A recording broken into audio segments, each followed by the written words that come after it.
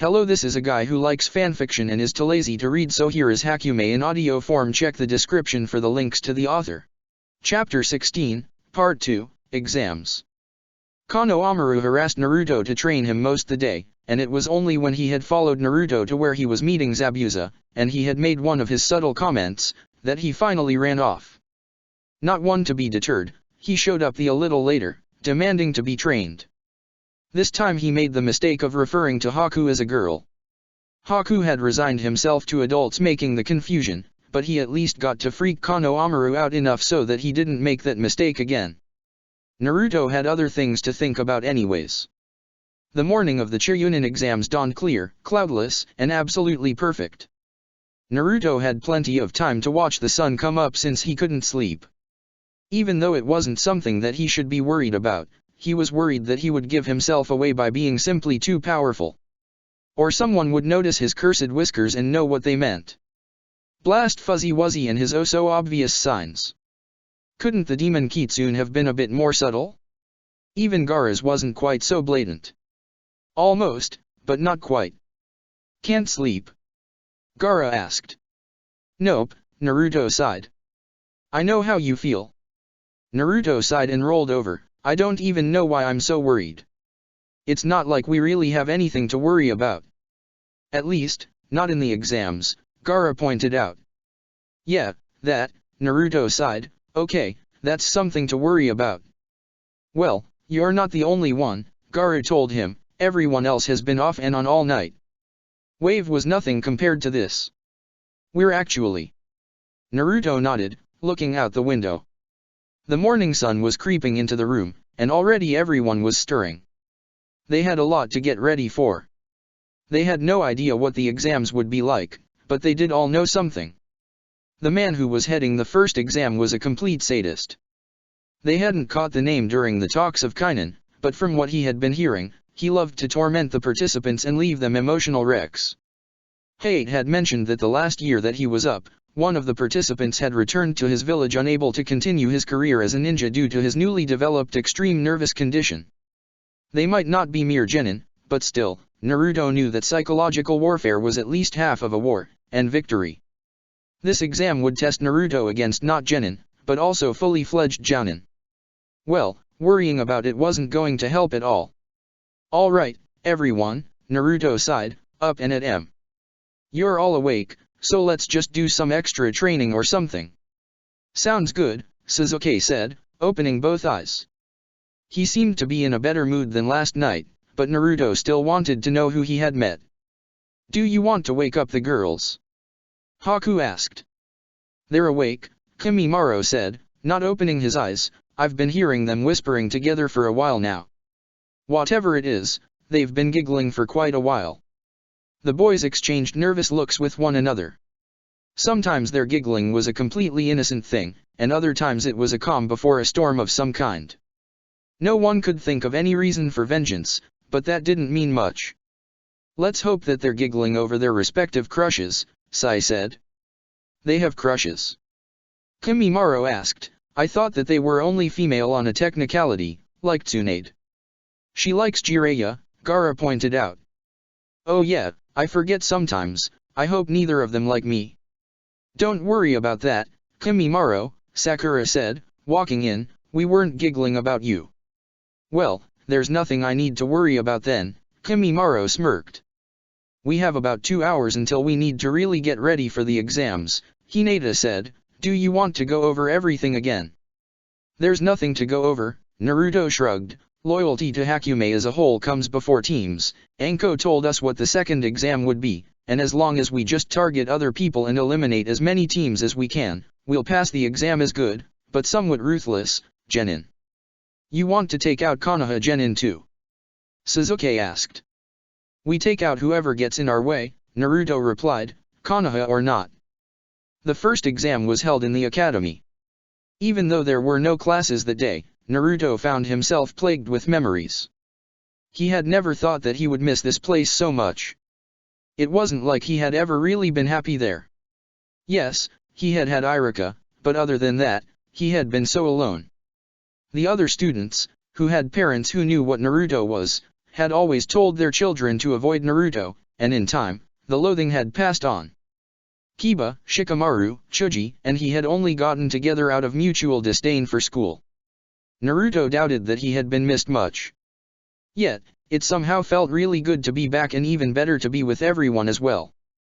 Now he wanted to go back to those days, with everyone. Rewrite the past. But this was enough. He had the present, and the future. That was better. Don't you think it's kind of cheesy to have the exam in a school? Niji asked. I'd say that it's very cliché, Sai agreed. Well, where else do you think it would be? Sakura asked. I'd rather if it was somewhere more pleasant, Hinata said. I didn't really enjoy my time here. Me neither, Sakura agreed. I always had hoped to never set foot in a school again, Sasuke admitted. Why? Naruto asked. You always had perfect grades and all the teachers liked you. Without a word, Sasuke jabbed one thumb behind him, not even turning around.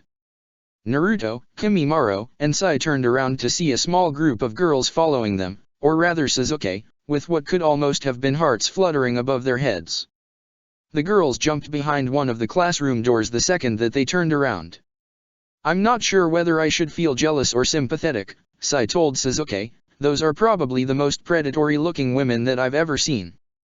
I'd make sure they couldn't find the hotel, Kimimaro said, and lock all doors and windows. Thanks for your unending support, Sasuke sighed. The group reached the second floor to see a large crowd of what looked like genin encircled around a door with a room reading 301, the room where the exam was being held.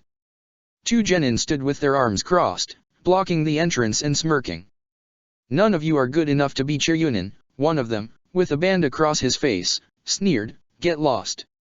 Naruto noticed on the spot that these 2 greatly resembled a pair of Chiryunin that Naruto had seen at the meeting but had never actually managed to catch the names of.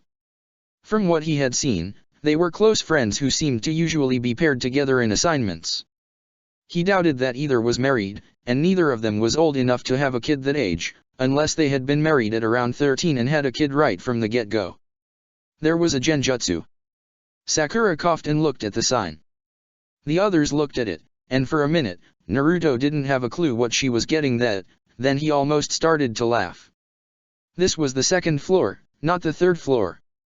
This was just a part of the test, and these people they were delaying would fail. You guys saw it? A female voice asked.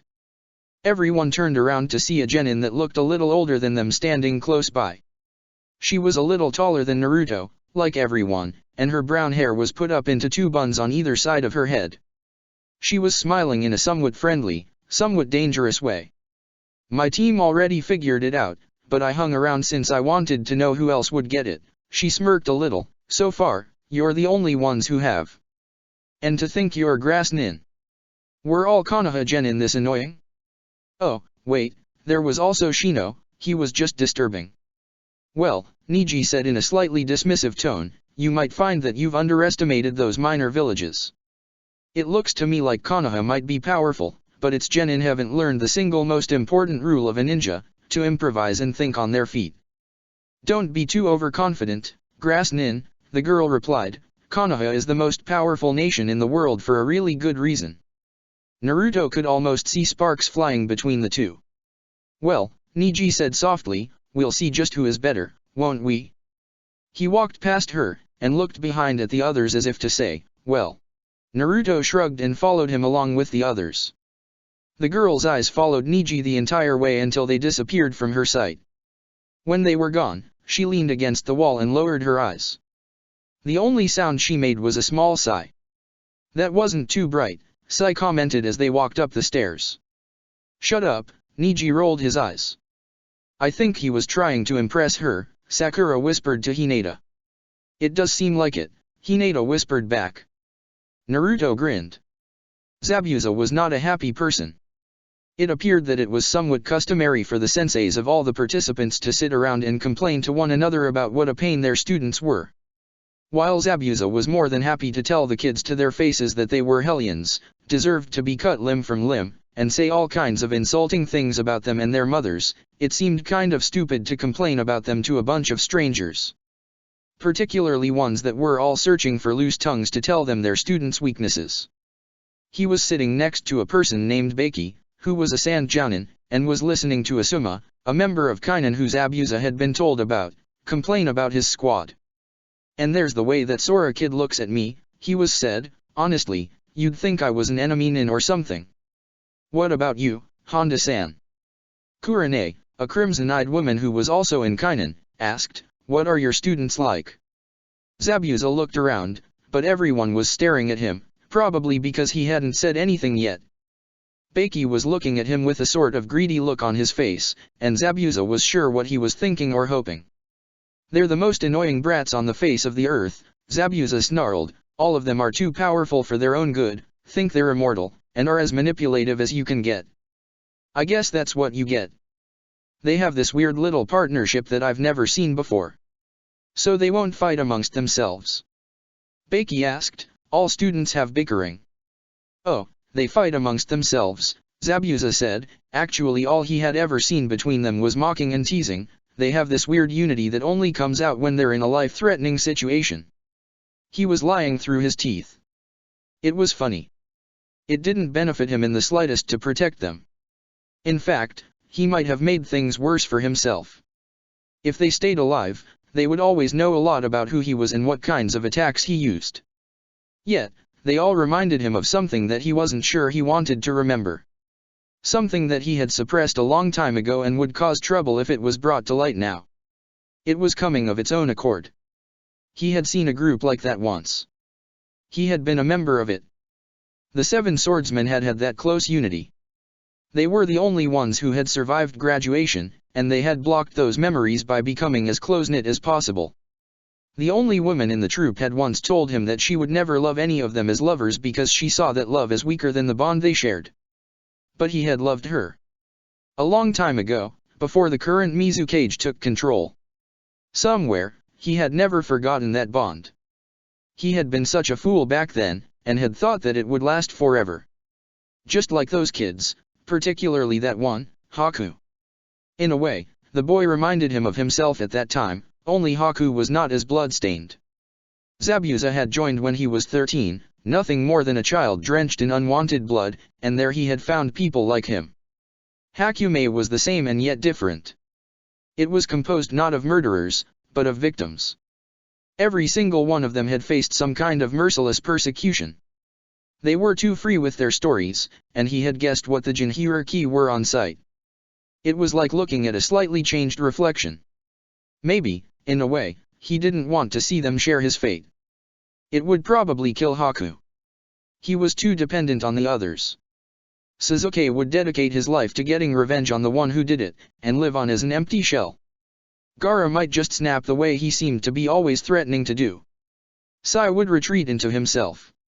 Kimimaro would throw himself into the next group who would have him. Hinata might actually join Sasuke. Sakura would be broken and embittered. Naruto, that kid would probably always live in the past. Or just continue on, never really trusting anyone. Did he actually kind of like them?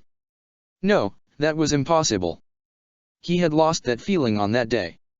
I'm becoming a sap, Zabuza thought to himself. I've been listening to that Haku brat talk about precious people too long. Sounds like a lot of teams. Baki sounded disappointed. My genin have a tendency to gang up on the youngest girl. It's annoying to hear. Zabuza nodded absently. His thoughts were a little off, but he had long since learned how to act like he was paying attention. The door to the room where the Hornin were lounging around opened, and Zabuza turned to face the newcomer. His eyes widened fractionally. Naruto opened the door to room number 301. The hall was deserted, which was kind of strange after the crowd on the floor below. For a moment, a vague fear of the room number being wrong came to mind, but one look in the room told him that he was in the right place. There were foreign ninja everywhere. Naruto hadn't ever seen so many different Hittites in one place in his life. Even some ninja from countries that weren't really fond of Konoha like Rain were there.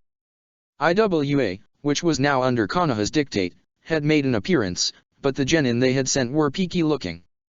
A bunch of dark glares greeted Hakumei as they appeared, and one person sneered a little bit. Oh, great, more weak genin, he, a waterfall nin, said to his friends, this exam will be easy.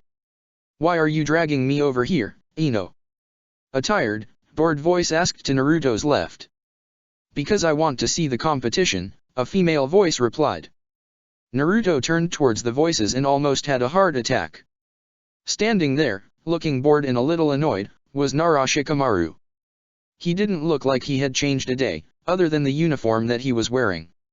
His hair was still tied back in the ponytail, and his face still had that uninterested look. Naruto made sure his face was one that didn't show anything. He had seen just how smart that guy was before.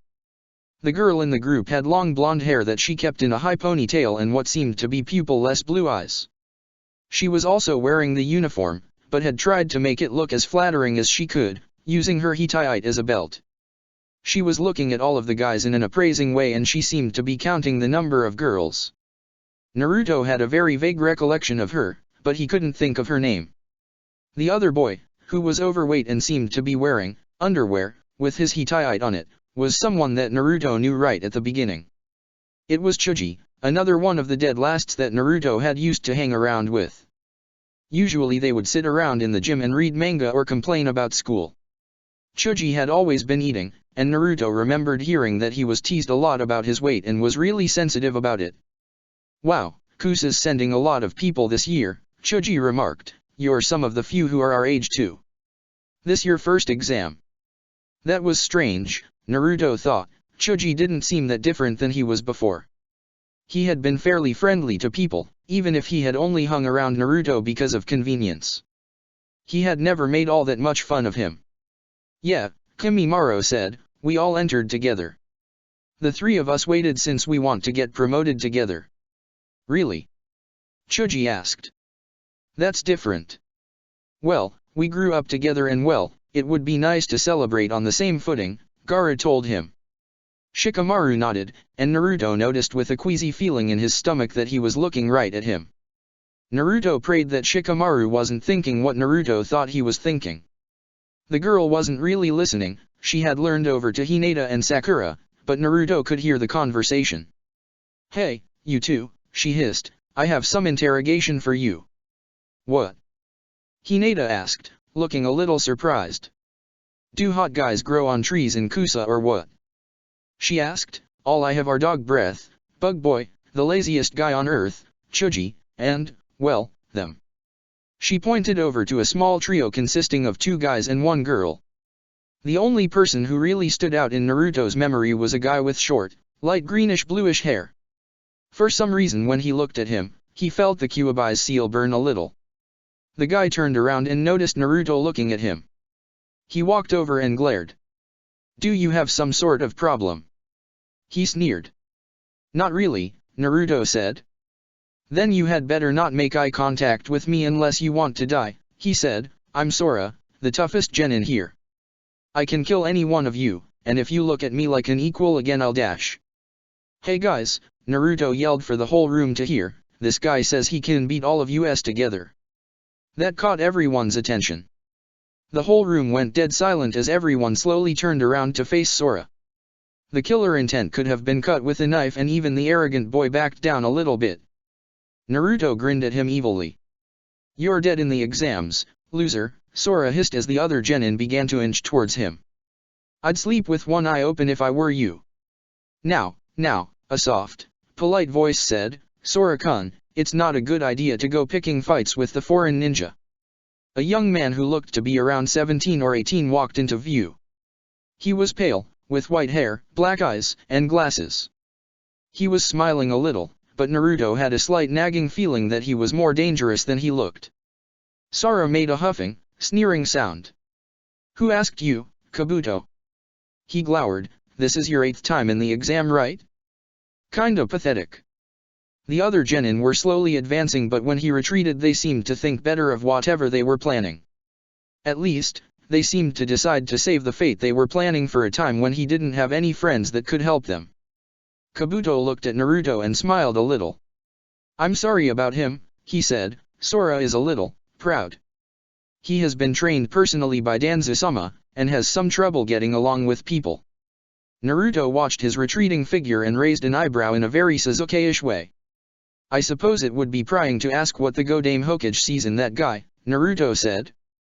I don't really know myself, Kabuto told him. There are plenty of rumors, but I don't know what's true and what's not. Naruto knew that even if Kabuto did know something, he wasn't going to tell. However, the fact that he was being friendly was kind of strange. He was probably trying to make Naruto feel comfortable. Well, this was one of the better plans. Kusa's sending in a tremendous amount of genin this year, isn't it?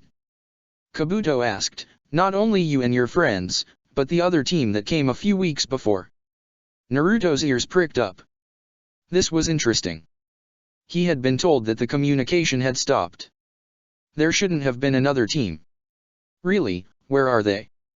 Naruto asked. We didn't get to see the other genin too much since most of them were older, and our sensei hates socializing. Ah, so you're not really familiar with the other genin? Kabuto asked curiously.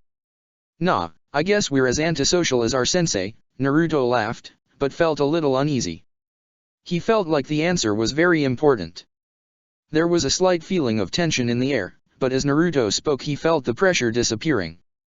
That makes sense, Kabuto nodded. I'm sorry if I sound inquisitive, but while we are taught about the tactics of our neighbors, we don't learn too much about their society.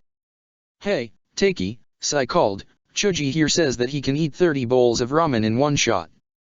Naruto turned around. While he was at 26, he knew who the undisputed champ really was. Naruto grinned, alright, then tell him to go up against Rei. Hinata smiled a little at that.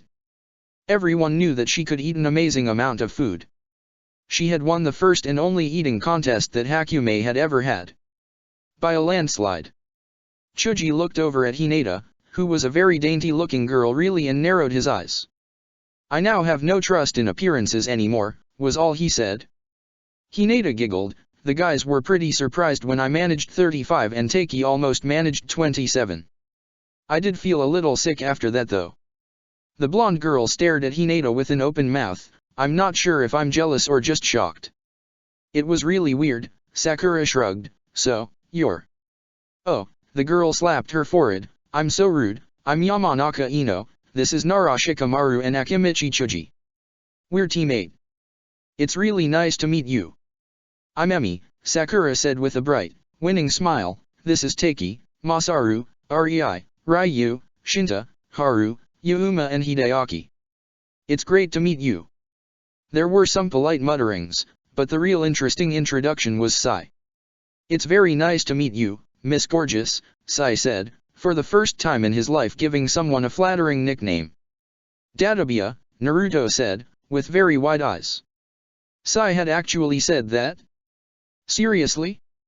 And Ino was blushing? Sakura, Hag, and Hinata, boring, both began to sneak up on him, probably to do some horrible deed that would haunt Sai at night for the next couple years. Whatever they were going to do was interrupted by a very loud voice. All right, you brats, shut up. The voice was very harsh and something about it sent a shiver up Naruto's spine. The first exam begins now. Naruto turned to see a tall man with a long coat and a bandana over his head. He was very tan and his eyes were very hard, and something about him radiated a sinister power that made everyone, even the more violent of the genin, stop what they were doing and listen. My name is Ibiki, and that's all you need to know about me. Other than that, I'm going to be your head examiner during this exam. If you manage to pass this test, then you get to go under the power of another jounin. They might be nice, but I doubt it. Since all of you are taking this exam, it means one thing: for one reason or another, your sensei thinks you've got what it takes to be a chunin. Well, we're going to see about that. All of you follow me into the next room and take a seat with someone who isn't your teammate, friend, or lover. You heard me. Naruto noticed for the first time that there was another exit from the room, the one that he had entered through. Jiraiya would have killed him for not noticing it. Then again, it was kind of hard to see anything with the crowd. He filed through the double doors with the rest of the students. The next room was big, with a lot of individual desks and seats that faced the desks all around the windows. Naruto sat close to the front. He was joined by Shikamaru. So, how ya doing, Naruto? He asked in a very quiet voice. Naruto asked, trying to look innocent. Troublesome, Shikamaru sighed. Come on, you know me from when we were kids, Naruto, Do I have to ask again? It's a real drag. Look, I don't know dash. Shikamaru rolled his eyes. You're the only guy with whiskers and you're the only human being who uses the word databia, he said, just give it up. Naruto knew there was no way around this. Just act like you made a mistake, I'll tell you what I'm doing here later. I think I know what you're doing here. I just want to tell you that you can trust Chuji, Ino, and I. Shikamaru's tone never lost his bored edge. It was perfect. No one would listen in, memory is never completely forgotten. That was one of the ways that some members of Kainan distinguished themselves. And old wrongs are always remembered, Naruto nodded. Yeah, Shikamaru said, a little louder, I thought that all villages had similar structures, it would be kind of weird otherwise. Naruto nodded, as if they had been talking about his the entire time. Yeah, some things stay the same I guess. Alright, maggots, Ibiki said, sneering at all of them. He had taken a place at the front of the room and the large blackboard that stood there. I'm going to explain the rules one time, so listen up. You're going to be handed one sheet of paper with 9 questions on it. You have to answer them. If you get more than 3 wrong, you fail. If you get caught cheating more than 3 times, your team fails. To make sure you don't cheat, the chairs that you see will be filled with Chiryunin. You have 1 hour. One of the many Chiryunin who were now filing through 2 doors on either side of the blackboard had a large stack of papers that Naruto assumed were the tests. He was ready to hit his head on the desk repeatedly now. Naruto reeked at written tests. It just seemed to be some kind of mental block he had. Even if he did nothing but study, the second that he looked at the test, Naruto's mind would go completely blank. He hadn't even had any chance to study for this either. This was not looking good. The paper was set in front of Naruto, and he flipped it over, hoping that it was something that he would be able to know. He had no such luck. Perhaps Sakura, who was really smart, or Gaara, who had a weird way of figuring things out, would have been able to do it without a problem, but there was no way that he could. Out of the corner of his eye, Naruto noticed that Shikamaru was leaning over the paper, scribbling fast.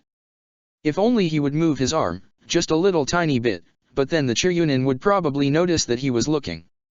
That was kind of strange.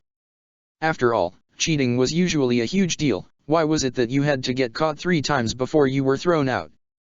It almost sounded like they wanted him to cheat.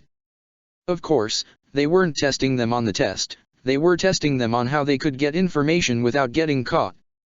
That made so much more sense, but there was one problem. Tsunade had never trained him much on information gathering. That had never been his specialization. He was supposed to just make a kage bunshin and sneak into wherever he needed, but now he would be noticed. Naruto fought the urge to hit his head on the desk. He was in deep kimchi. Sakura was having no trouble at all with her answers, all of them were difficult, but not impossible. The real problem she was having was that her ink kept on disappearing. For a while she hadn't noticed, but by the time she was halfway done, she began to see the ink fading on the top of her page, other than her name. After a brief moment of panic, she noticed the ink that she was writing with and almost gave a sigh of relief. Sai was a sneaky little twit, but she was glad it was him. He had apparently switched everyone's ink with some of his ninja ink. Vaguely, Sakura wondered just what had inspired his foresight. At any rate, her answers were being absorbed and would reappear once he was done copying them. That was fine with her. Sasuke took roughly 3 minutes to figure out what he needed to do, but how to do it. If anyone noticed what he was doing, they might recognize it. That would cause a lot of unwanted questions. Any attempt to make his eyes unseen would really bring attention to him. Activating the Sharingan might be the best way to cheat, but it had some real problems with it. Recognition being the most notable. Slowly he looked around, trying to see where the others were. They were all scattered around, and for the first time, he noticed that he was sitting next to Shino of all people. The chair next to him was empty and no one else seemed to be looking his way. Shino turned his head away from Sasuke, and seemed to be far more interested in his questions. Well, he wasn't looking. Carefully, keeping his head down so that there was a shadow over his eyes that looked like he was looking down at his test, Sasuke activated the Sharingan. The effect was immediate. It was like someone was putting strings on his hand. He was writing down the answers without hesitation. If all the exams were like this was going to be a piece of cake. Hinata was more worried for Naruto more than for herself. With the Tenshi Byakugan active under the Genjutsu, she could see everything around her without a problem, including Naruto's worried face. She was sure that he had figured out what he needed to do, but his powers weren't specified for anything like this. Making Kage Bunshin made a lot of noise, and they always appeared right next to him. There was no way he could just summon one right in the middle of the exam. What was he going to do? Hinata knew that Naruto wasn't perfect, and that he had limits. There were things even he couldn't do. He had brought a strange miracle into her life, in the form of her being able to become the strong kunoichi that she had always wanted to be, but could he do this? She noticed Sai smile a little bit as 2 flies flew out from his paper and almost sighed in relief. The things that Naruto couldn't do, he had friends to help with. Neji was not having as easy a time as his cousin. Activating the normal Byakugan was painfully obvious. After all, there were huge veins that came out of his head. There had to be a way to cheat without having to face that problem. Neji stared at his paper, and frowned at the over-obvious chakra signature from someone close by him. Honestly, the way that some people cheated, he could practically see the words he was writing. Wait.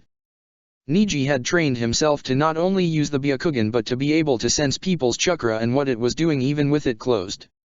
While Neji couldn't see just what was being written, he could sense the movements of the hands. That might be enough. Closing his eyes, Neji felt for the overworked chakra signature he had felt before. It seemed to come from the person who had tried to pick a fight with Naruto, Sora. Well, this guy did have a great deal of chakra, and it felt strangely similar to Naruto's. Perhaps they were somehow related. He had acted a lot like Naruto had before he had met them, randomly shouting things out without thinking about the consequences. Slowly and very carefully, Neji began to write without depending on the Byakugan and became, to him, a true genius. After all, what genius is dependent on anything but his own mind? Gaara was debating with himself on how best to use his sand to cheat, and trying to ignore Sandy Wandy's screams about killing, blood, total annihilation, and sugar. Gaara feared to eat anything sweet with that thing in his head. He couldn't think of a single way that he could use his sand to gain this kind of information that didn't involve his using his sand to move around and look. That was a very obvious technique, and one that would deduct him at least 2 points just because. One of the sand nin, Gaara realized it was his brother, Kankuro, raised his hand. Mr. Protractor, I have to go to the bathroom, he said. There were some snickers in the class at the word protractor, and the fact that he had to go. Couldn't hold the fact that he's about to wet his pants in any longer. Someone, Gaara couldn't tell who, sneered, and he can't even say proctor. Kankuro rolled his eyes, but he didn't say anything in reply. All right, Ibiki snarled, looking over at Chiryunin, you, take him to the bathroom and keep an eye on him. Gaara suddenly had a very interesting idea. If he could get just a little sand on him, it could settle on the paper of his brother, who was obviously using a puppet to help him, and could absorb a little of the ink. That way, it could just settle on his paper in the same position, and stick there, with the results on them. Gaara smiled a little, ignoring the howls of fury in his head. Apparently, Sandy Wandy had wanted him to fail. Well, it looked like Sandy Wandy was going to face another disappointment in a long line of disappointments. Maybe he shouldn't get his hopes up so often. Kimimaro was not pleased. He had figured out what he needed to do fairly quickly, but still, what was he going to do about it? His Kekkei Genkai wasn't really made for this kind of thing, and he had spent almost all his time learning how to use it, and not really focusing on much else. Someone must hate him. Kimimaro was going to have to improvise and do it fast. There had to be some way that he could do this. Hinata and Neji could use the Byakugan for spying by just looking at the papers. Sasuke could copy the motions. Wait a second, why couldn't he try that? After all, the human body was made up of bones, and why would he be limited to only his own bone structure? He had even managed to manipulate his bones outside of his body once, so maybe, just maybe, he could make his bones copy the movements of the bones of people around him. At any rate, it was worth a shot. Kimimaro didn't bother to close his eyes. He focused on the back of the person in front of him, a red-haired girl whose height he hadn't managed to get a good look at, and attempted to feel what her bones were doing.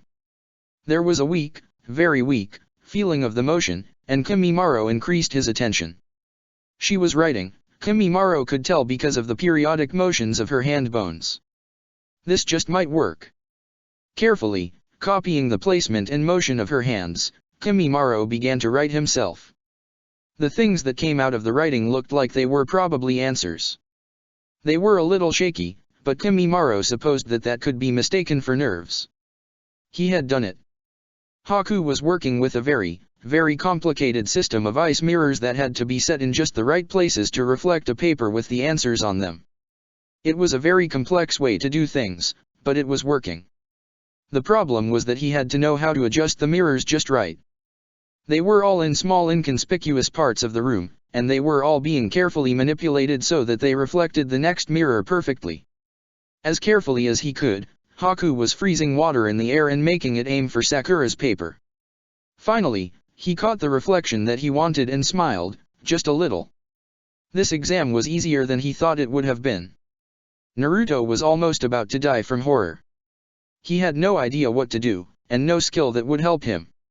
Also, there was a fly buzzing around his head, and if he swatted at it, he would probably be marked off for an absolutely terrible attempt at cheating. The thing even had the audacity to land on his paper and start rubbing its hands together. It was mocking him. Naruto's eye twitched. The stupid little thing began to walk up the paper to where he should have written something and stopped. Then it turned around until it was facing him, and Naruto almost attacked it with a cry of rage. Blast it! He was going to fail a stupid little written test, and that bug had to smirk at him about it. There was just something wrong with the whole thing. At that point, Naruto noticed that it was sinking into his paper to be replaced by words, in his handwriting. Sigh. Naruto almost would have been willing to take back every mean thing that he had ever said about him, other than the fact that they were still all true. Naruto breathed a sigh of relief as all the other bugs began to fly in. Of course, he had forgotten one of the concepts that Tsunade had drilled mercilessly into them in his panic. It was standard Hakumei practice: know your teammates' weakness and cover for them. Everyone has at least one, and in a group that big, at least one of them would always have a strength in the same area. Naruto wasn't going to be able to create a cage bunshin to gather information right under Ibiki's nose, and everyone knew that. Therefore, Sai, who had the best information gathering skill for that situation, had helped out. Hakumei was what the teams were really supposed to be, only most of them somehow had gotten caught up in stupid little rivalries to ever work together. Naruto watched the answers appear, but still felt a little disappointed. He would have liked to have been able to do it on his own, but he shook the feeling off as fast as he could. This wasn't the time for feeling sorry for himself like that. He had other areas where he was better than Sai, and it was stupid to try to be prefect at everything. Even the Hokage had to have people around him who were supposed to help him. Yo, maggots, the grating voice of Ibiki cut through the classroom, put down your pens. If you didn't get the answers by now, you're never going to get them. There was a shuffling as pencils and pens were put away and mutterings were heard. All right, worms, guess what? Ibiki asked, not waiting for an answer. I'm not in a great mood today, so the 10th question is going to have a twist. It's going to be passed out, and if you fail to answer it, not only do you and your team all fail the exam, but you'll all be forbidden to ever enter another exam as long as you live. Chapter 17, Part 2, Games and Players. There was dead silence after that pronouncement, but it quickly gave way to shouts of protest and anger that rang throughout the entire room. Some of the Chunin winced a little, but most of them looked rather amused. You don't have the power to do that. Someone, a Rain Genin, yelled. Who do you think you are? Someone else agreed. Another person, a woman with red hair that Naruto realized was a grass Genin, started to use a very fluent and colorful vocabulary to insult Ibiki, his mother, his father, his pets, and everything else about him or connected to him. Naruto was slightly disconcerted that someone could have that kind of vocabulary and that she was from the village that he was supposed to be from, and made a mental note to watch the other members, just in case he was going to have to display that kind of vocabulary as well. He would have to talk to Sai. Ibiki seemed to find the reactions all rather amusing, and he really didn't seem to care if they insulted him. He started to laugh, soft at first, but then it began to penetrate the entire room. Silence fell again, and the tension was so thick that Naruto could almost see it floating around certain people's heads. Actually, worms, I can do whatever I want, he smirked. You all signed a legal form giving me the power to do what I want to do. As far as you're concerned, I'm the god in this classroom. Suck it up and do the question, or leave. If you have any doubts about your own ability, go right now, you're going to fail anyways. Naruto felt a spark of anger rise up but quelled it. There was no reason for him to react, he reminded himself. No reason whatsoever. After all, he wasn't even a real genin. There was nothing that this guy could do to him or his friends. Still, it was kind of annoying to watch Ibiki bully people around the way he did. No wonder everyone in Kainan had called him a sadist. He actually seemed to be enjoying this. Naruto noticed suddenly that everyone had fallen into complete silence, even the natural rustle of clothes and breathing seemed to have stopped. The other participants were glancing at one another in a very nervous way, even Shikamaru seemed to be on edge, leaning on the desk. He was actually looking at Ibiki in the face and had gone a shade paler. He knew that the other members weren't going to raise their hands or forfeit, but still, this challenge was really ridiculously extreme. It wasn't like Naruto was dealing with life or death here. It wasn't a mission where he was deciding if he would accept a mission that could kill him. Or maybe it was just that situation. Their entire career, their lives were on the line. They could accept and go forwards or decline and stay where they were until next year. If they overestimated themselves and lost, then for all practical purposes they would have died on the battlefield after taking on a mission that they couldn't handle. There was a kind of sick logic to Ibiki's thoughts that Naruto was starting to see. He only hoped that he wasn't becoming a sadist too. Someone raised their hand. I'm sorry, Chika, Akito, I can't do this, a downtrodden-looking genin said, looking apologetically at his team, let's go again next time. The other two sighed and nodded, getting up. Come on, make up your minds, Ibiki pushed them, glaring, I don't have all day. Someone else raised their hand, and a few other people got up and left, all of them looking discouraged and angry. One group was sending rather murderous looks over at Ibiki, but Naruto doubted that the man noticed or cared all that much. This was his job, and he looked like he liked it. Ibiki looked around, there were still about 30 or so genin left. You lot are looking pretty confident, his eyes fell on Naruto, what about you, tattoo face, are you sure that you can handle the question? If Ibiki was looking for someone to freak out, he had come to the wrong person.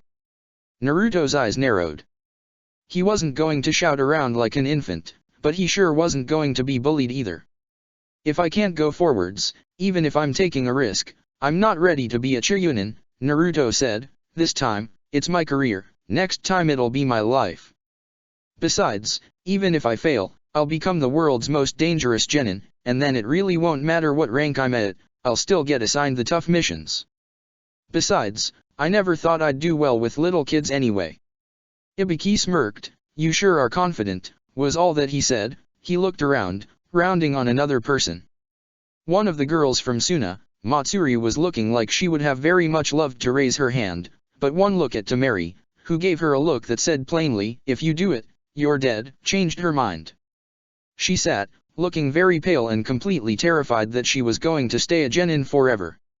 Naruto felt sort of sorry for her, but his sympathy was tempered by the fact that if she was going to survive, she had to learn to take risks and have a little bit of confidence. If not, she was going to have to deal with Tamari and Kankuro being on her case until the team split up. Several people left, some of them were even Konoha in, but Sora's team, Team 10, and Team 7 didn't move.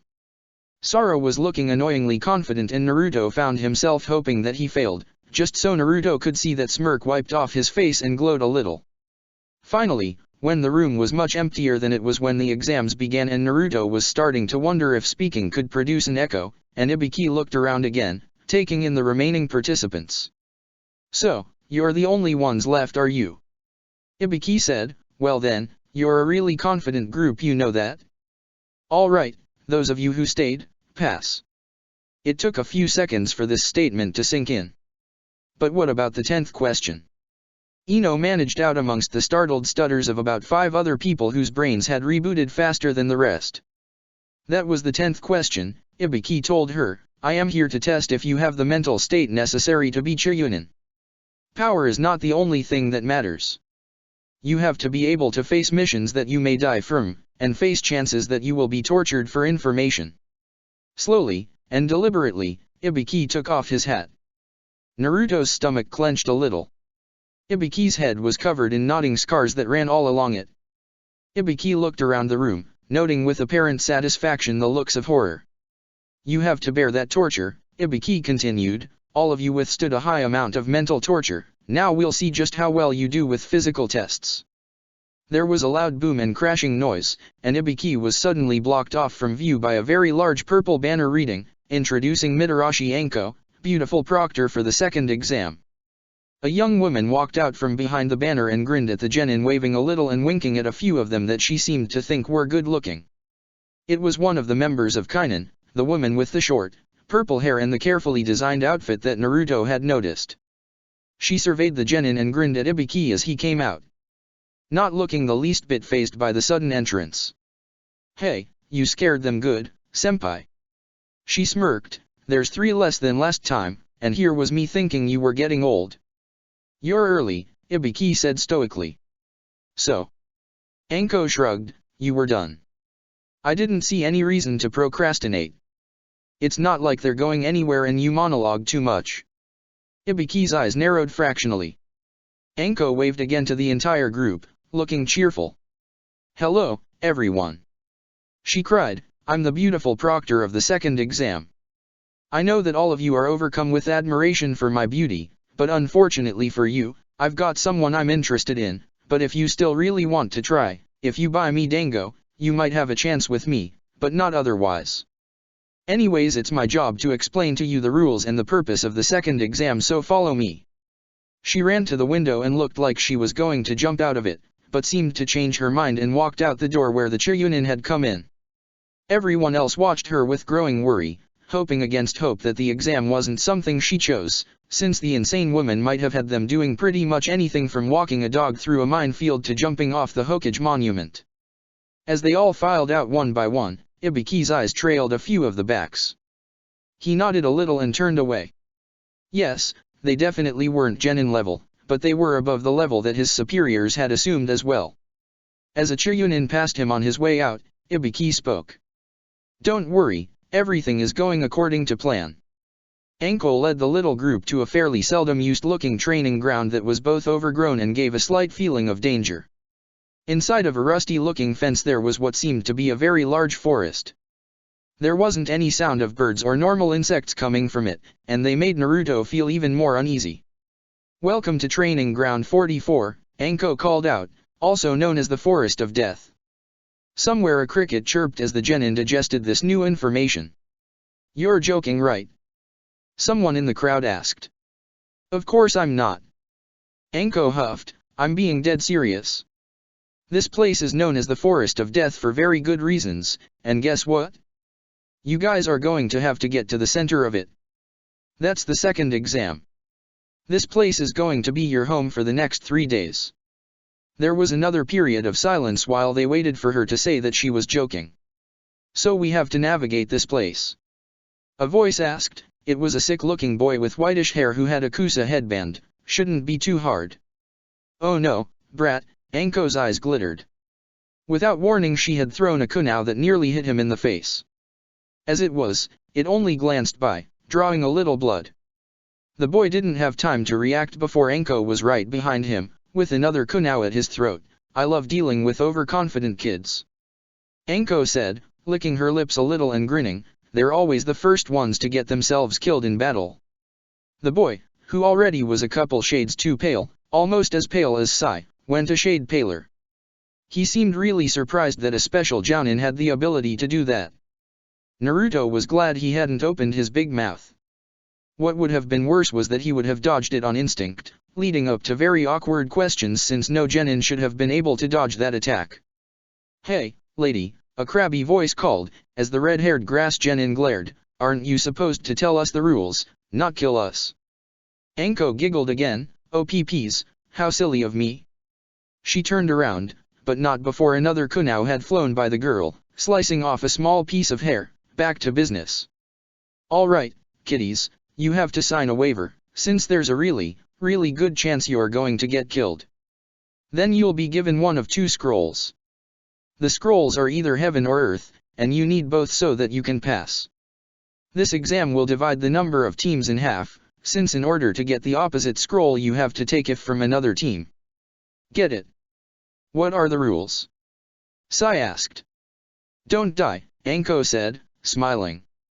At first I was glad to be rid of Ibiki, Haku whispered, but now I really miss him. Me too, Sakura agreed. You all get an hour to rest up, sign your waiver, or leave. After that, the second exam begins. As far as food goes, you'll have to use your knowledge of survival camping. The forest is a treasure trove of food and resources, if you know how to get them. Good luck, kiddies. At the sound of the bell you get going. Don't die on me. With that in a final cheerful wave, the insane woman calmly walked to a tent where a few people sat with scrolls and official-looking papers. This should be an interesting exam, Anko said to herself as she sat down. I can't wait to tell him all about it. He should be thrilled to know that his favorite did so well. Even Ibiki looked as impressed as Ibiki can look. Zabuza wouldn't have known that the two who had turned up late had genjutsu around them if he hadn't been listening to Sakura explaining it to Naruto, who seemed to have some kind of mental block there when it wasn't for the purpose of embarrassing someone. How to see one? There was a very slight shimmer to the shadow of the person that most people wouldn't even look at. Both of them had it. Well, the Sound Jounin was creepy enough, with his long black hair and almost predatory eyes, to scare him slightly. The Grass Jounin was about Zabuza's age, and he was, well, big. He probably ate like a horse, or an elephant. Zabuza found himself wondering just how he used that weight to his advantage. Zabuza himself had always relied on being both fast and strong, never either alone. They had come in without saying too much, other than introducing themselves as Tanaka Hibiki from Sound and Fukui Tara from Grass. Neither had participated much in the annual complaint about the students' conversation. Tara had grumbled that the girl in the group acted like a man, but Hibiki didn't say much of anything. Naturally, Zabuza was immediately put on his guard against the man more so than Tara, who gave him the mental image of what any of the members of Hakumei would be like if they were posing as an instructor, quiet, a little nervous, working a little too hard at not raising suspicion. Zabuza had been something like an instructor once, so he knew what he was doing, and the same went for Hibiki. Therefore, on Zabuza's list of people who were threats, Hibiki ranked higher than Tara, but not by too much.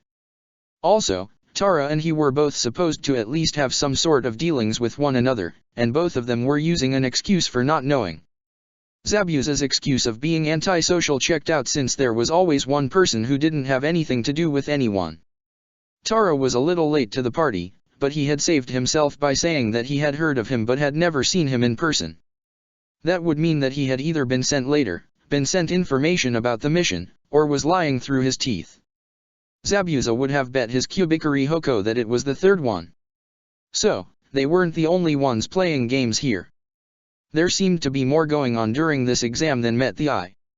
Zabuza suddenly had the impression of a game where there were an unknown number of players who were all only somewhat aware of one another and all attempting to achieve a slightly different purpose. They were all playing though, and Konoha was the prize. Zabuza wondered just how many people were playing, and just what everyone was after.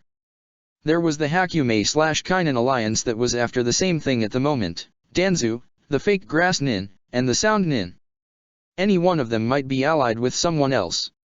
Oh, yes, Zabuza thought, this was ninja life at its fullest.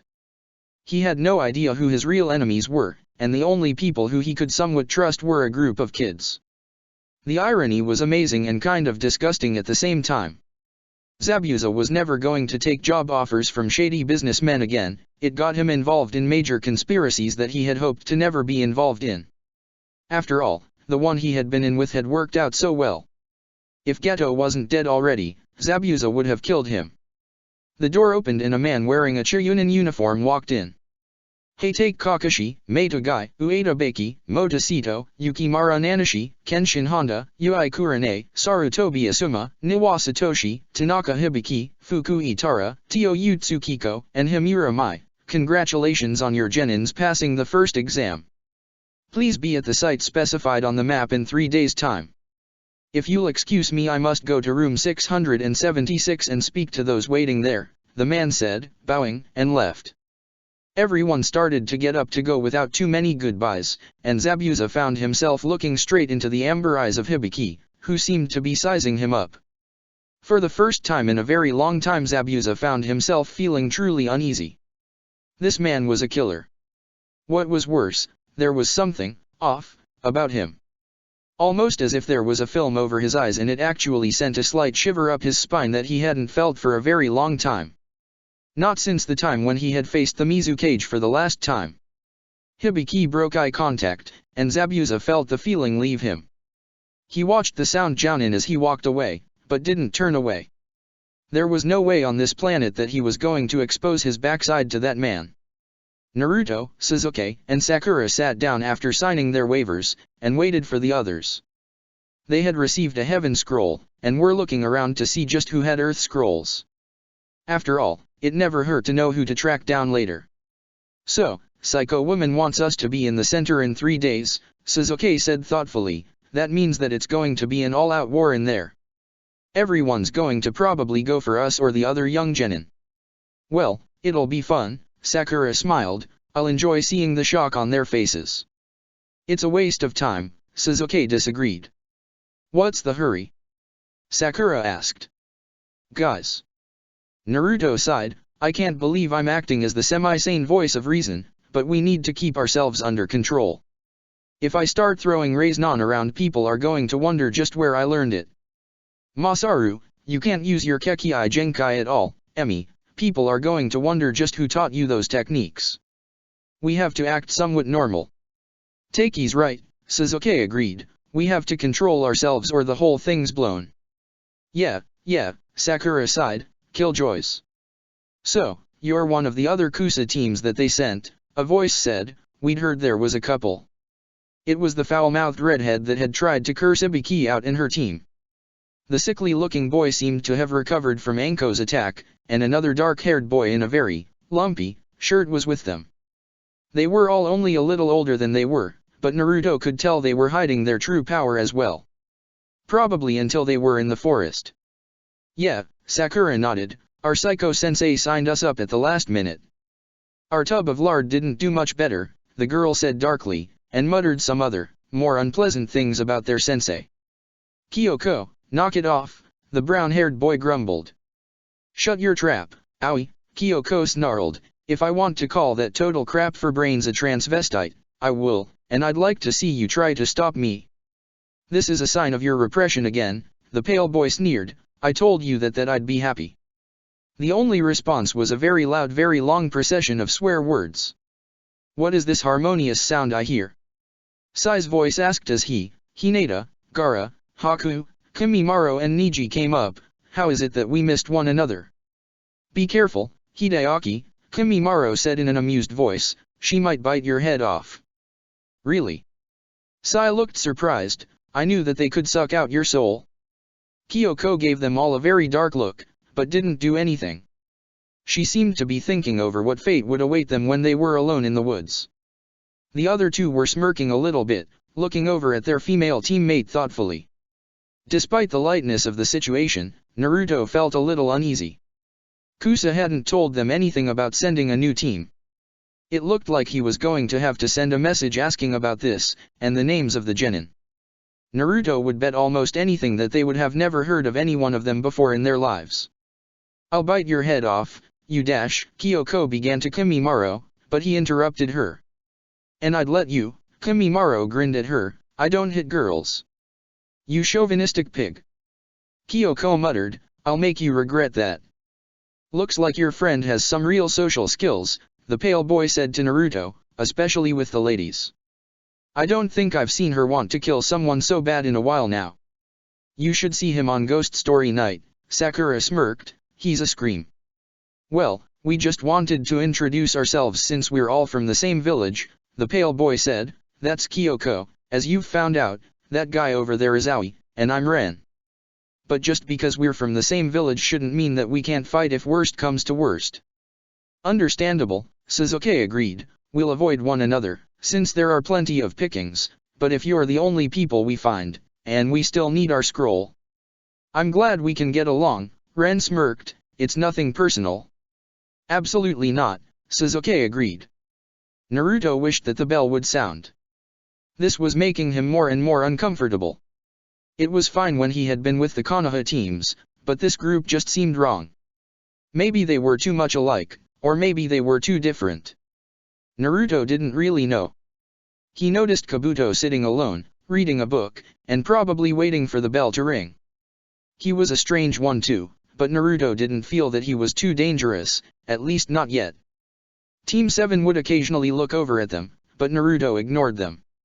Actually, they had a heaven scroll, so they weren't a group that Naruto had to think about. That was Kimimaro, Haku and Niji. The Suna team was sitting apart from everyone else in a small circle. Naruto knew that they were probably planning who they were going to go after, and he hoped that it wasn't Gaara's team. Gaara had already told them that Temari and Kankuro were his siblings. It would probably be hard on him to have to fight them. Gaara seemed to have liked them quite a bit. At least, he had known they were afraid of him, but they had never said anything hurtful. Hey!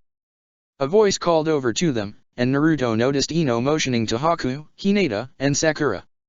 Leaning forwards, Naruto decided to listen in. I've been thinking, Ino was saying, since there are 3 of you and 4 of them, there's 1 extra, right? I'll even let you guys make the first picks. Sakura and Hinata looked over at Haku, who had kind of groaned. Ryu's a guy. Sakura muttered. What? Ino looked him over and eyes widened. I am so sorry. She said nervously, really, I had no idea. This is really awkward. It's alright. Haku sighed, I'm used to it. Ino was spared any further shock or embarrassment by the sudden buzzing of the bell. All the teams were on their feet and had jumped into the woods in an instant. The second exam had begun.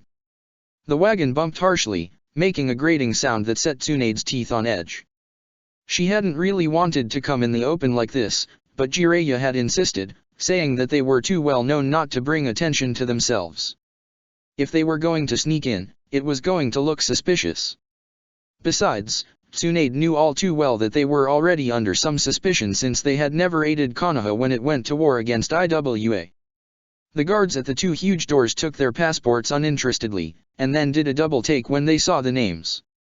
They stared up at the 2 people standing before them and saluted. Welcome back to Konoha, Jiraiya-sama, Tsunade-sama, Uchiha Hiro said. Hokage-sama has given the guards the order that if you 2 should ever return to ask you to please see him as soon as you are able to. I plan to do just that, Tsunade said calmly. Konoha has been through some changes, I see. Yes, Tsunade-sama, Hiro said proudly, Konoha is not anything like the weak city that you once knew. That was obvious to the most casual observer. Almost as obvious as Danzu's giant head sticking out of the Hokage monument. Her first order of business would be to remove it. Jiraiya and Tsunade passed on through the city, not stopping or speaking to anyone. A few people recognized them, but most didn't. It had been a very long time since either had been in Konoha, and Tsunade was taking each step as if the ground was somehow tainted. Don't do that, Jiraiya reprimanded her, you look like you are not happy to be here. I'm not happy to be here, Tsunade struck back, I just wish that Shizune was here. She's busy and you know that, Jiraiya replied. Tsunade nodded, wishing that she wasn't there, but reminding herself what she was doing. This was for Sarutobi-sensei. The man who had been like a father to herself and her 2 brothers. It was a pathetic, broken family, but still, some part of her hung on to that. You haven't been here since Orochimaru's defection, have you? Jiraiya asked. Well, just so you know, the hot springs are a whole lot nicer and they're even harder to get close to. That wouldn't stop you, and you know it, Tsunade rolled her eyes, but no, I vowed to never set foot here again unless it was all 3 of us who did. Another broken vow in a long line of broken vows. You can't blame yourself, Tsunade, Jiraiya said, his voice taken on a more serious tone for once. No one knew he was going to do that.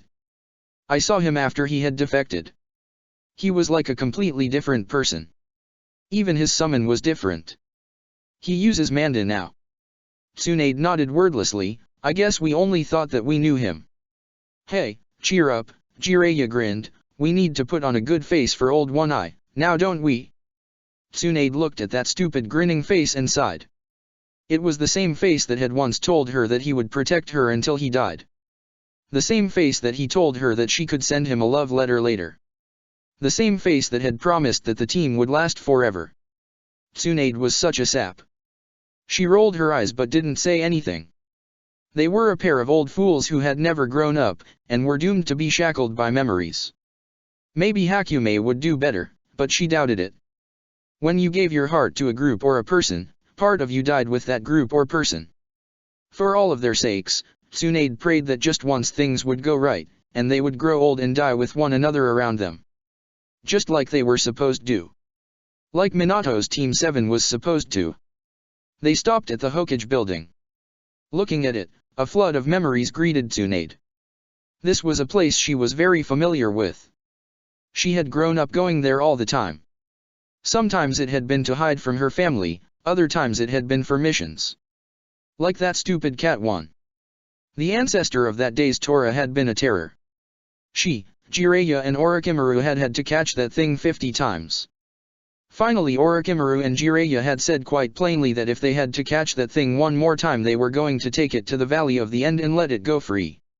Anything that wanted to get away as much as it did deserved the chance. The pair walked up the stairs, noticing the new paint and the fact that the guards were all Uchiha. Sasuke must have been having a very hard time adjusting to the notion that his family were Danzo's loyal followers. The two guards who were on duty both started and saluted as they passed. It looked like even in Danzo's Konoha, the legendary Sunin still held tremendous respect. Tsunade-sama, Jiraiya-sama, if you would please wait, I'll inform Hokage-sama that you're here, a nervous-looking Chiryunin said, almost running out of the room. He apparently was new at his job and wasn't used to the visitors of the Hokage. It was rather refreshing to see a display of emotion, no matter how foolish. This whole place seemed to have become nothing more than a minefield. If they made one misstep, it would cost them their lives.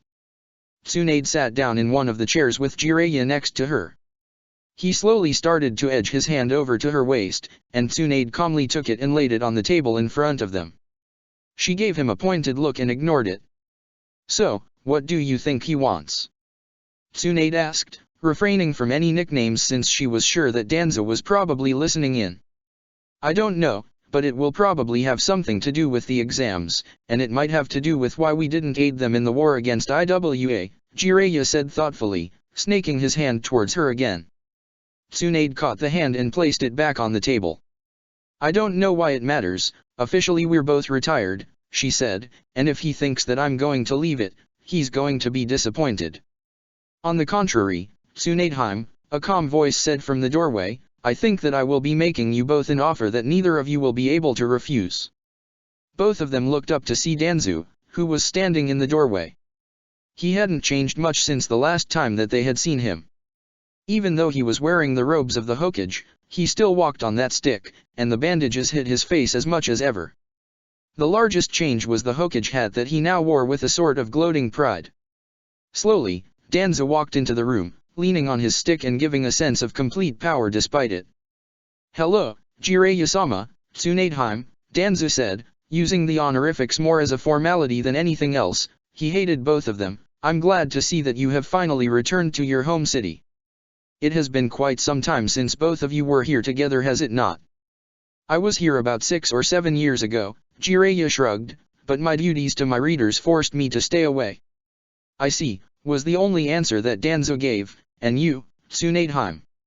Last time I checked, I was retired, Tsunade said. I don't have to come here unless I want to. Ah, that is where things have changed, Danzo said. I'm sure that you've noticed the visible changes around Konoha. Like the fact that the Umbu has been disbanded, the uniform is now completely mandatory, and Konoha has been divided into a civilian sector and a ninja sector. Jiraiya asked. Precisely, Danzo nodded. the Umbu had fallen in their standards. The use of flashy clothes was making the youth more interested in their personal lives than performing their missions, and the civilians are safer in a contained area that the ninja can protect. I see, Tsunade said. And what does this have to do with my retirement? I just wanted to come and see how the next generation fared. Danzu sat down in the seat opposite them and leaned on his stick. He looked every inch the concerned Hokage. If Tsunade hadn't had an old acquaintance with the man, she would have believed him. Since she did know him, Tsunade knew that he was preparing to try to convince them to join him in whatever he was trying to do. Konoha is still at war, Tsunadeheim, Danzu said. The Sandaime left many things to decay, and did not pay attention to threats. He valued peace far too much, and as such he allowed enemies who should have been stopped quickly to flourish. I am not referring to Kumo, as I am sure you are supposing. I am referring to Oto. Sound. Jiraiya asked, I know that they are violent and they are very secretive, but as of yet they haven't shown themselves to be a force worth mentioning. It's a new village that's only existed for around 10 years, roughly. What makes them into a threat? It seems that your information system is not as good as you think. Danzo gave a thin smile. Do you know who the leader of Oto is? My network is not focused on small villages, Jiraiya said. I am more interested in monitoring the teams that are running around lately. I see, and I will ask you more on that later, Danzo said, but to the matter at hand, Oto's leader is none other than Orochimaru, your former teammate. Tsunade sat up a little straighter, and didn't even notice that Jiraiya had taken that moment to get his hand around her waist again. Orochimaru? She had known that he was plotting revenge against Konoha for something that she didn't really comprehend, but that he had made his own village. This is the first time that they had sent applicants to the Chunin exam. The team that he has sent seem perfectly normal and all of their files are in order as well as their Jounin sensei, but I have heard rumors that Orochimaru himself may be in Konoha even now. His motives are completely unknown, but I have my own reasons for not hunting him down. His eye glittered. I wish to draw him out.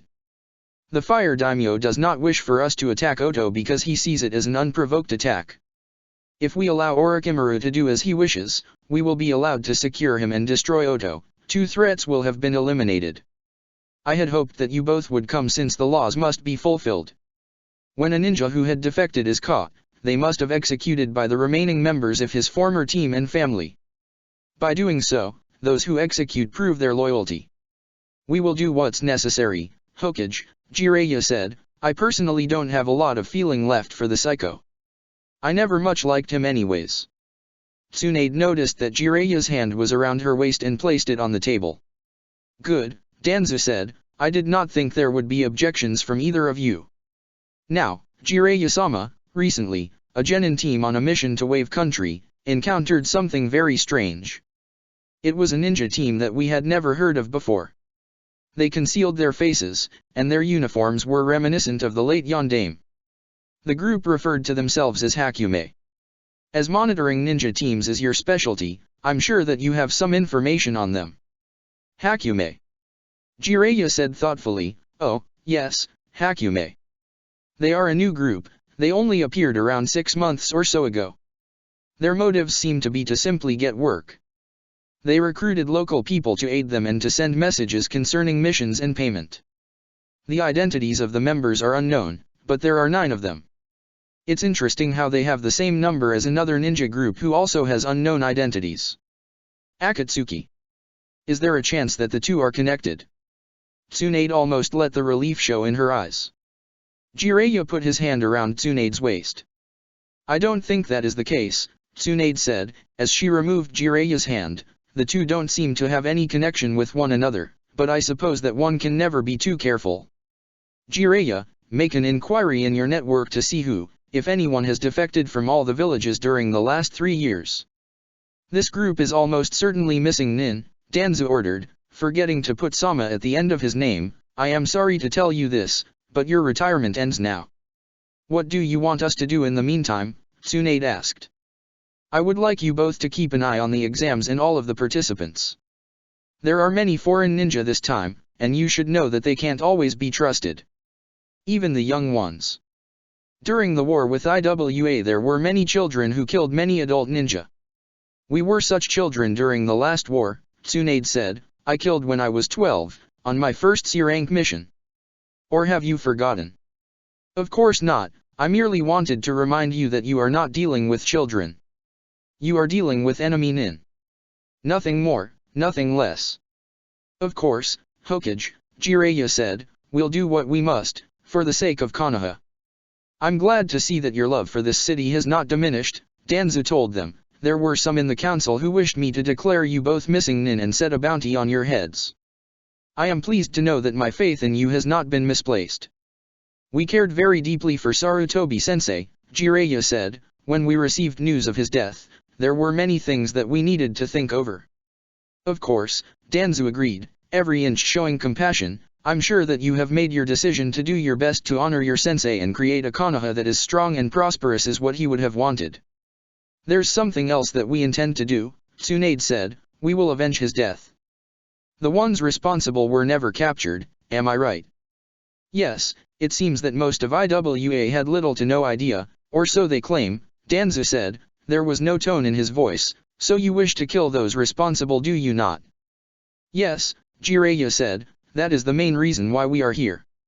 To help rebuild Konoha, and to avenge the death of Sarutobi-sensei.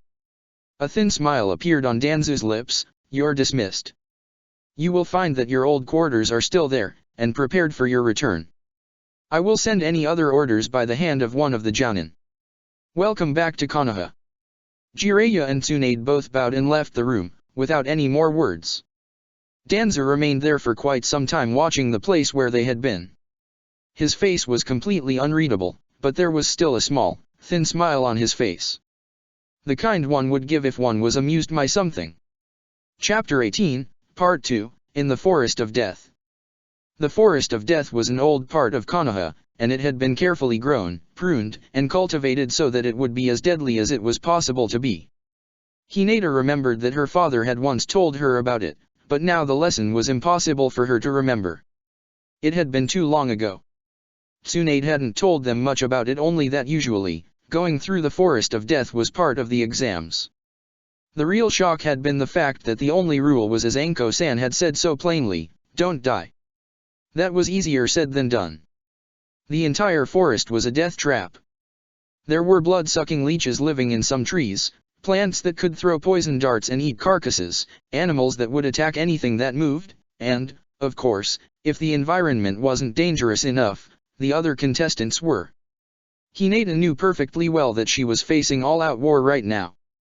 The Chunin exams were, in reality, an organized form of war between all the countries, which was why they all would participate unless there was open war going on, even those who did not particularly like one another. The jungle-like landscape that they were in just added to the danger. Since the trees grew large and thick, it was easy to lay traps, but on the other hand, one was able to light a fire without people seeing at a long distance. Hinata did hope that there weren't any animals that were too big. Hinata jumped to another tree branch and looked at the other two. Gaara could keep going almost all day. Like Naruto, he had something inside him with pretty much unlimited energy. Sai wasn't that lucky, and neither was she. They would have to rest eventually, and that was when they would be attacked. Hinata activated the Tenshi Byakugan and looked around. There was a group of waterfall nin following them from a distance, but they looked like they were debating about whether to attack or not. They were smart then. The smarter ninja understood that a younger opponent in this exam was here for a reason. It was best not to underestimate a single person. Is there anyone following us, and are they in range? Gaara asked. Hinata was the unofficial leader of Team Shigo, just as Kimimaro led Team Kekkai Genkai and Naruto was leader of Hakumei and Team Databiya. It wasn't an official rank, it was just that she was the person who would think quickly enough to lead. Also, the Tenshi Byakugan gave her the ability to see things that the others couldn't. No, I don't see anyone, Hinata said, scanning a little harder, not for at least 500 meters. Good, then I can call you Hinata, Sai said. It gets hard to remember to call you Rei all the time, and Hinata is much prettier. Are you flirting with her? Gaara asked.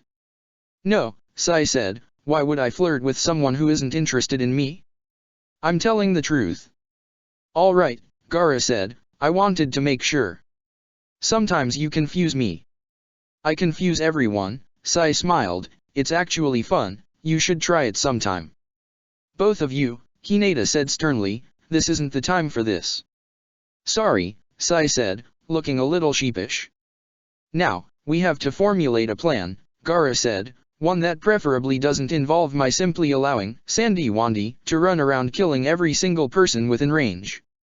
I think we should get it over with as fast as we can, Sai said. 3 days isn't all that long.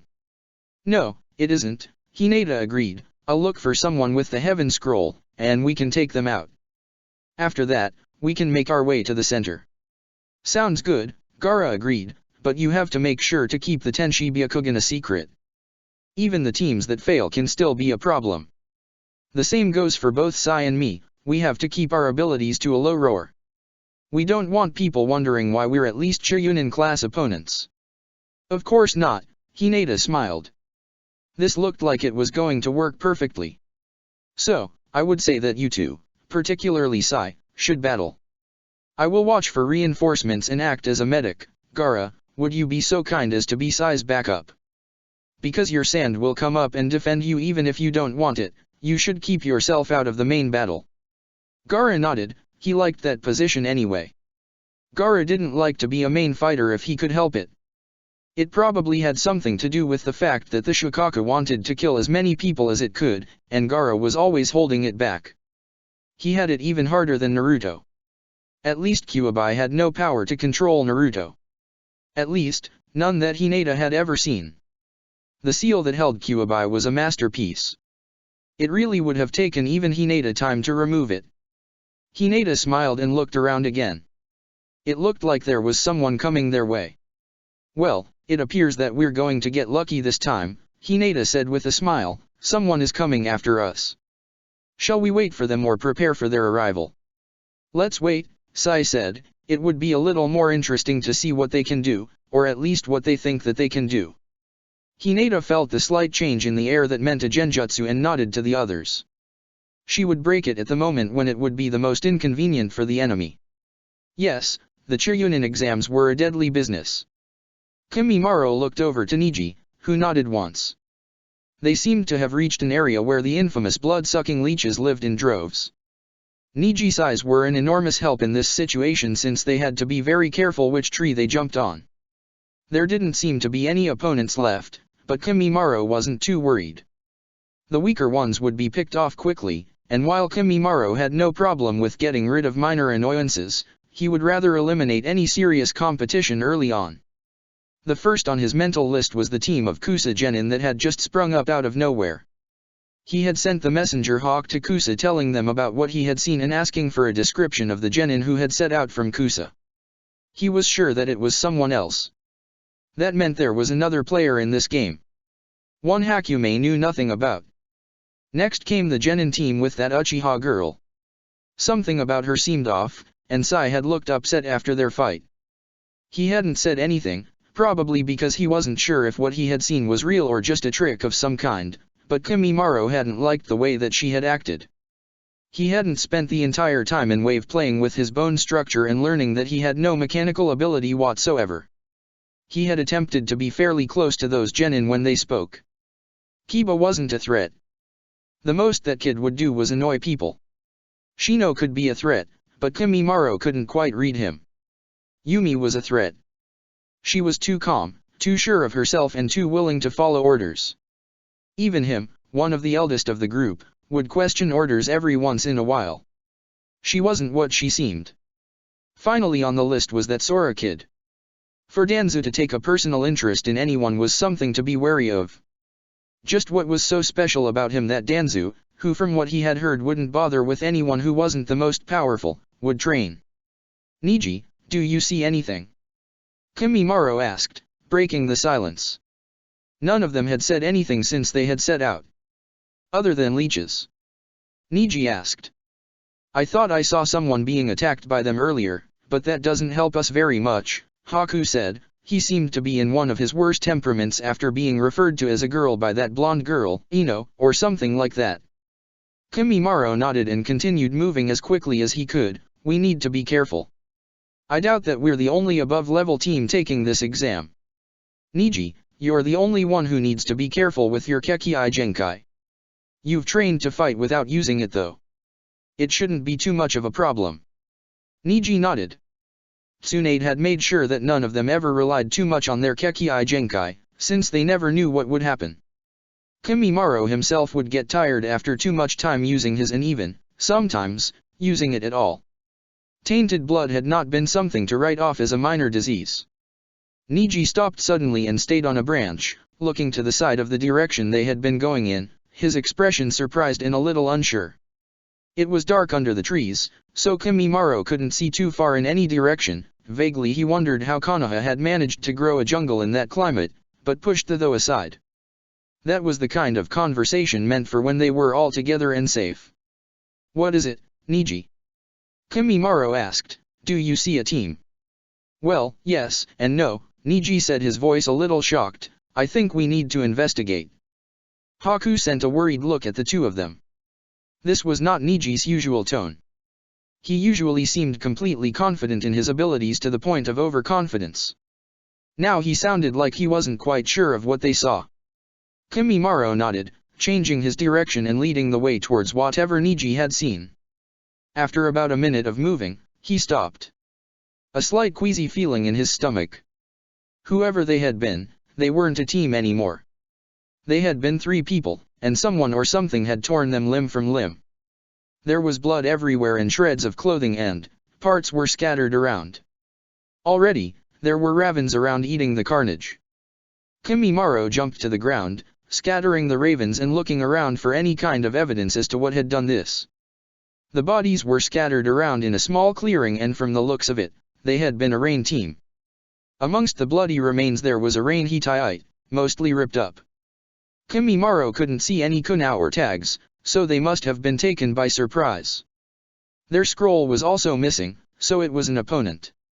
Undergrowth has been crushed, the bodies dismembered, some trees have scratches on them, Haku said in the calm, cold voice that was reserved for situations like this one. I would have thought it was an animal judging by the viciousness, but I don't see a scroll. Neither do I, Niji nodded. We need to contact the others as soon as we can, Kimimaro said, his heart in his throat. They need to know this. There's at least one ninja out there who's capable of this scale of killing, and they're going to be in the exams. For the first time since he entered the exams, Kimimaro was actually worried. He hoped the others were alright. Team Databia made its way very quickly through the forest, looking for any team. Suzuki's Sharinon wasn't able to see things like the Byakugan, so they were at a little more of a disadvantage than the other two teams. That meant that they would have to either lure someone in or wait for an attack. The chances that they would happen upon one another with neither one aware of the other were somewhere less than zero. Naruto looked around for the 100th time. Oh, come on, Naruto, Suzuki said, if those Kusanin had decided to follow us, they would have shown up by now.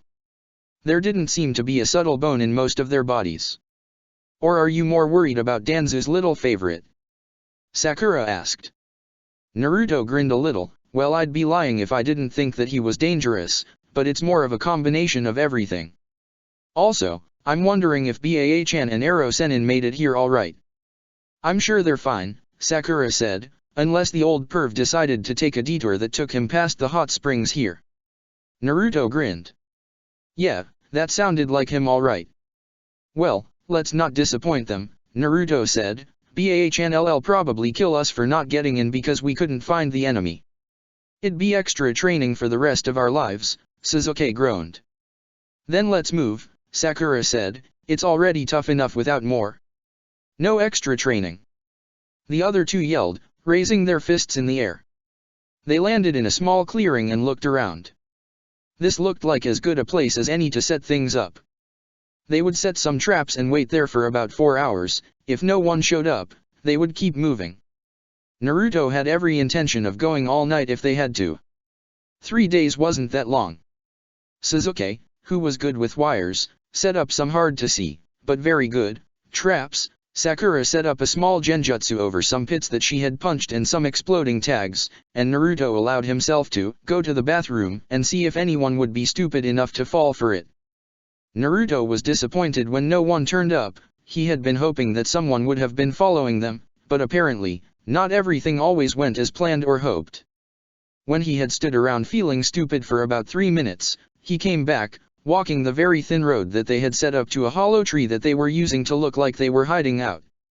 "All right," Sakura said gleefully, "let's see if anyone takes the bait.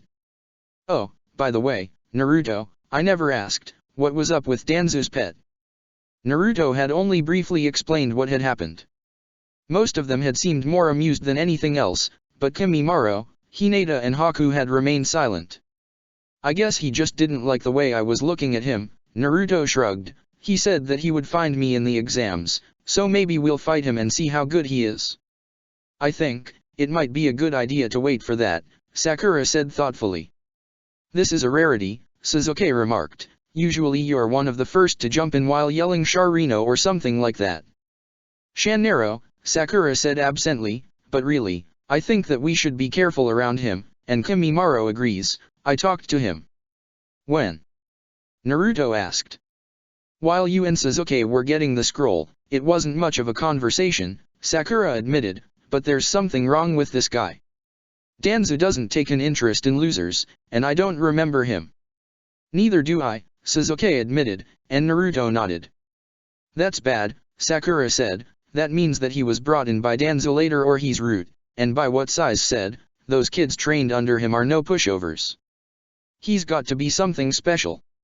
So what do you suggest?" Sasuke asked, raising an eyebrow. "Watch him and hope not to get matched up against him before we get a chance to see what he can do," she said, looking thoughtful. "Well, we won't have too much of a choice if he attacks now, will we?" Naruto asked. "Speaking of attacks, I can feel someone coming." "Me too," Sasuke whispered. All three of them were silent as they listened. There was no sound other than the birds and insects, which were so loud that Naruto prayed that he wouldn't ever see them. They were apparently good, since they hadn't disturbed anyone, but Naruto could feel the chakra signatures of a team coming their way. Naruto almost didn't hear the senbon that was being thrown for his head, but he moved his head in time to dodge it. At first he was more interested in the thrower than the senbon, but when he saw something dangling off of it, he turned to see just what it was. 2 small bells were tied to the edge. Bells? By this time, the 3 attackers had come through the underbrush. It was a standard genin team with 2 boys and 1 girl. One of the boys was completely covered in bandages, allowing only one eye to be seen. Naruto immediately wanted to kick himself for not thinking of something like that to cover his whiskers. The other boy had on a partial face protector attached to his hide. His brown hair was very spiky, but the thing about him that Naruto noticed the most was the character on his shirt. The girl had very long black hair that was tied up at the back with a bow in a style that looked like Niji's. She was wearing a scarf, and from the looks of it, she was the one who had thrown the kunao. They were all sound nins. Naruto didn't know too much about Oto. It had never been a place that Jiraiya had seemed interested enough in to tell him about. He knew that it was a new region, and that it was very violent. The ninja there weren't to be underestimated, but Jiraiya had refused to tell him who the leader of it was. Naruto hated it when Jiraiya did that. Blast it, he was the leader of a team, he really did not need to be protected. Maybe he should form his own information network. Just to annoy Jiraiya and laugh in his face when he found something that the old pervert didn't know. Well, the boy with the kanji said, smirking, "What have we here?" "A group of weaklings taking a break," the girl grinned. "Too bad it could be their last. We don't have orders to kill you 3, just get into the finals, but you know, if you're not careful, we just might have an accident." Sasuke twitched a certain figure in response. Immediately, the trap that he had set reacted. A log swung down from behind the team in order to make them jump either forwards or to the side to avoid it. This group was better than the ones who would jump forwards into a pit, but they jumped almost right into Sakura's exploding tags. There was a deafening explosion, and for a moment, Naruto thought that they had gotten them. Then a wave of something came towards them. They dodged, but even then, Naruto felt his ears, which were pretty sensitive due to the kuwabai, ringing. "Nice try," the bandaged boy said. "It appears that you wanted to draw someone in to get their scroll. Sadly, not all genin in this exam will fall for that kind of trap, no matter how well placed and executed." Naruto noticed that the boy wasn't really taunting them, he was simply stating facts. Well, this was a nice change from the mudslinging that was usually going on, but it put him on edge. The ones who didn't trash talk were the ones who really needed to be watched.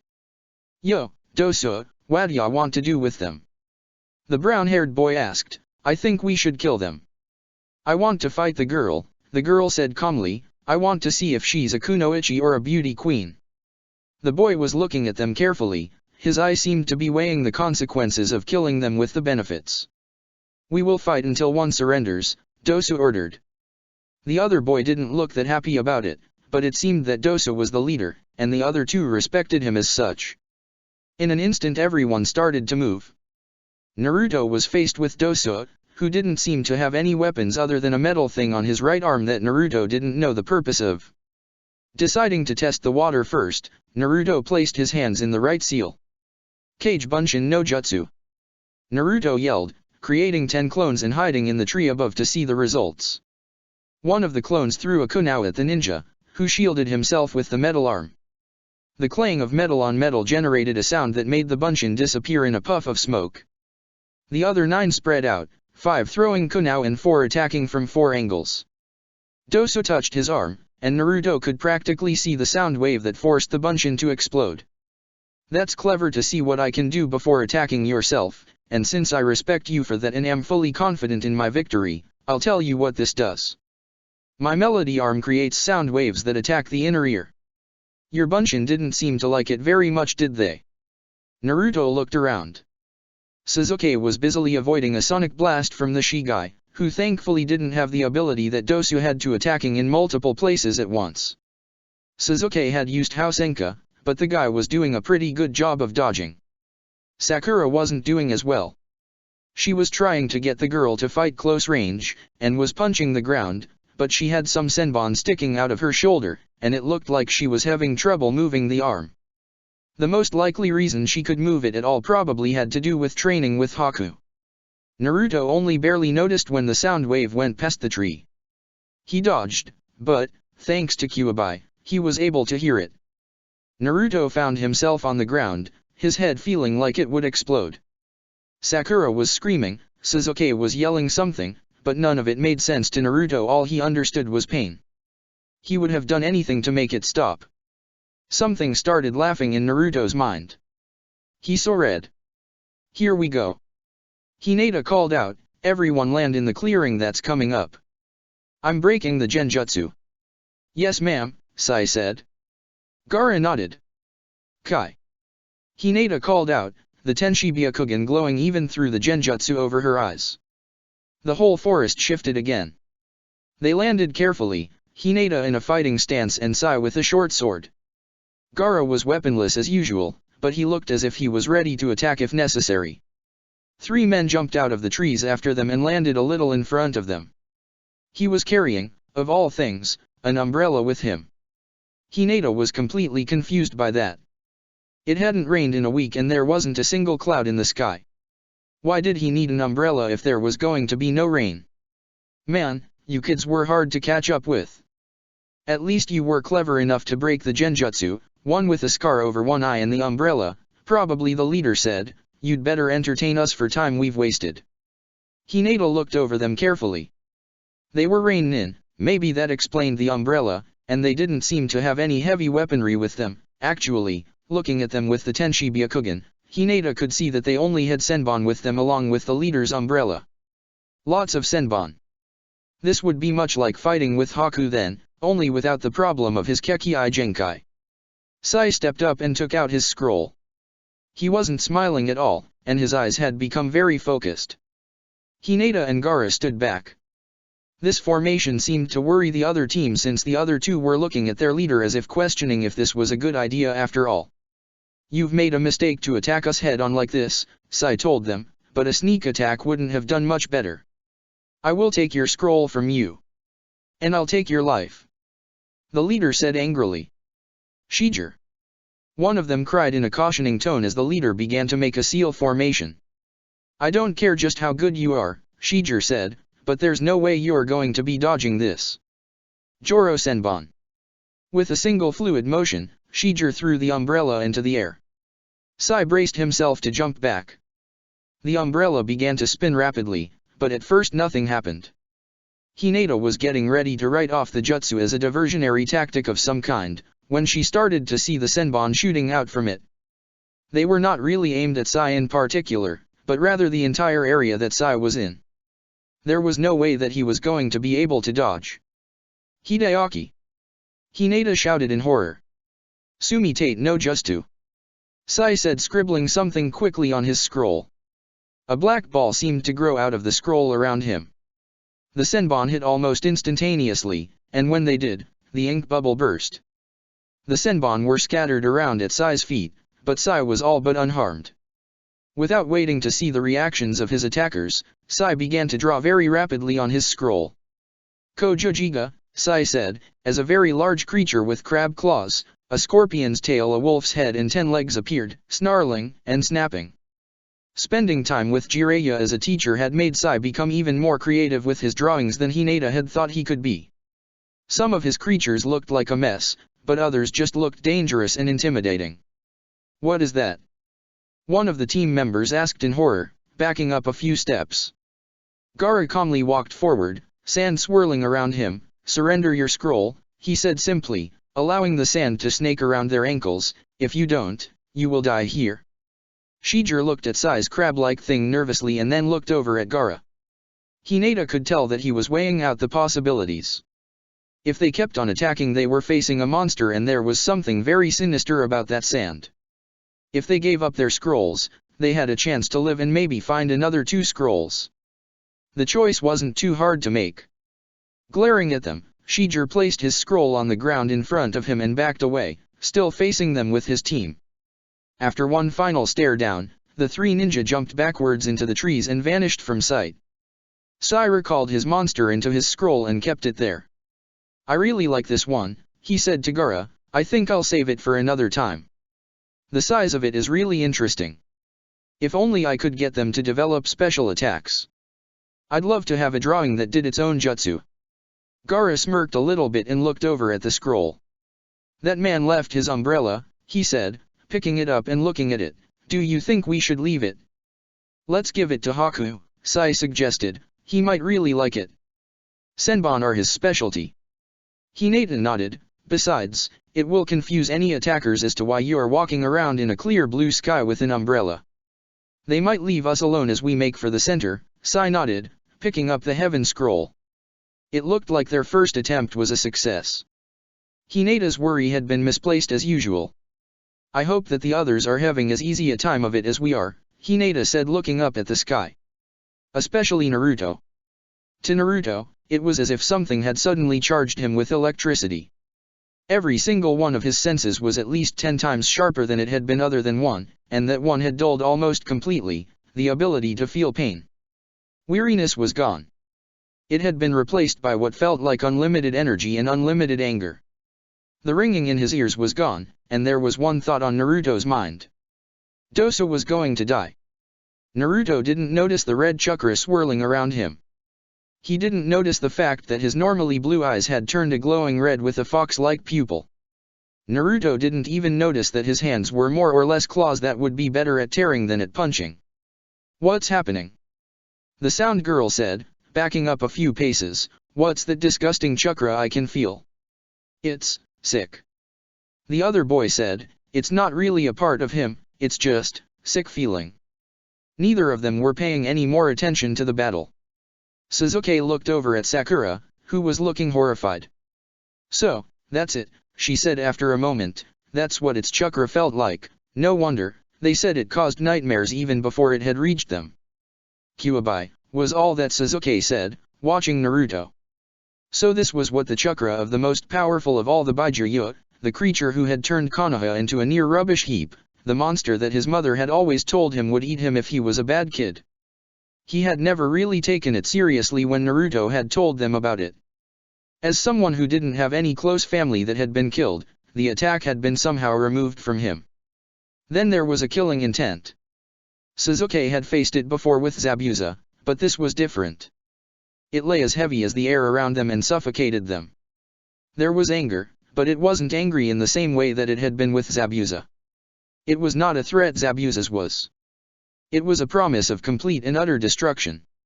For a brief moment, Sasuke understood the fear that the villagers had had for Naruto when he was young. If just feeling its chakra, and probably a small amount of it, was this bad, what had the beast been like in person? It must have truly been a horror. Dosa was backing up as well. He didn't know what this boy was doing, but the chakra that he was feeling was not only terrifying, it was wrong. There was just something completely unnatural about it, like it was something that should have never existed. Naruto attacked, rushing forwards, headlong into Dosa. It wasn't a move that Naruto did much, but Naruto wasn't really thinking straight. He barely even noticed the sound wave that Dosa sent at him, and only vaguely felt the pain from it. Dosa braced himself for the punch that he knew was going to come, but was sent flying. He landed on his feet, but barely had time to even raise his hands before Naruto was on him again, punching, scratching, kicking, and, once, biting. Jutsu had completely gone from his head. Dosa finally managed to jump away. He was bleeding very badly, and his breathing was ragged and forced. "Wait," he said, "we will withdraw." He took out the scroll of earth from under his shirt and placed it on the ground in front of him. Naruto was only barely aware of that, but Sasuke had jumped on him and was holding his arms back. "Let me go!" Naruto yelled, "I'm going to kill him!" "Naruto!" Sakura said, "They surrendered. It's over. I'm going to kill him!" Naruto screamed. Sasuke punched Naruto on the cheek. "Listen to yourself," he said angrily, "are you that weak that when you get a little boo-boo you're going to lose your mind and go into a homicidal rage? I expected more. You're acting just like the monster that they all thought you were." That woke Naruto up along with the punch. The feeling receded, and the pain from the sound returned, worse this time. Naruto's legs gave out from under him and his whole body felt like it had been running for hours. He was shuddering a little bit, and for the second time in his life, he was truly afraid of the Kyuubi. Naruto looked up for the sound team, but they were already gone. "That was one of the most horrifying things I've seen," Sakura admitted. "Tsunade trained me to face all kinds of things, but, I've never felt anything like that before, that rage." What was worse was that just for a second, Naruto had liked it. Meanwhile, the sound team was retreating at a very fast pace. Zaku and Kin looked at their leader. "I didn't know that there was a berserker on that team, or I wouldn't have suggested going after them." "Sorry, Dosa," Zaku said, looking annoyed that he had to say it. "They looked a lot weaker than they were," Kin agreed. "I originally thought that she was just another beauty queen with that hair, but it looks like she just had some bad genetic luck." Both were a little subdued about their defeat. While they had been doing well enough against their opponents, all of them had the feeling that they had been pulling their punches. Then when the blonde kid had gone berserk, they all wondered what was with the other team. "Hey," Zaku said after a moment, "what are we gonna report to Orochimaru-sama? He's not going to be happy that you got trashed by some random guy." All of them were slightly in fear of their leader. While he seemed like an ideal leader sometimes, other times he just seemed dangerous. He was unpredictable. Sometimes, if a mission was failed, he would seem understanding, but at others he would kill the unfortunate person. "We're not going to mention this," Dosa said thoughtfully. "We're under orders to participate in this exam and to look like we're serious about this whole stupid thing and to see the power of the Konoha Genin. That group was from Kusa, so their secrets can stay secret. Besides," Kin said, "what Orochimaru-sama doesn't know, can't anger him. And we're going to survive." Zaku nodded, "All three of us." Dosa nodded, but his thoughts were elsewhere, on the words that the black-haired boy had said when his teammate went berserk. Kyuubi. But, that was impossible, wasn't it? Kimimaro, Niji, and Haku had lit a fire for themselves and settled down for a rest and a meal.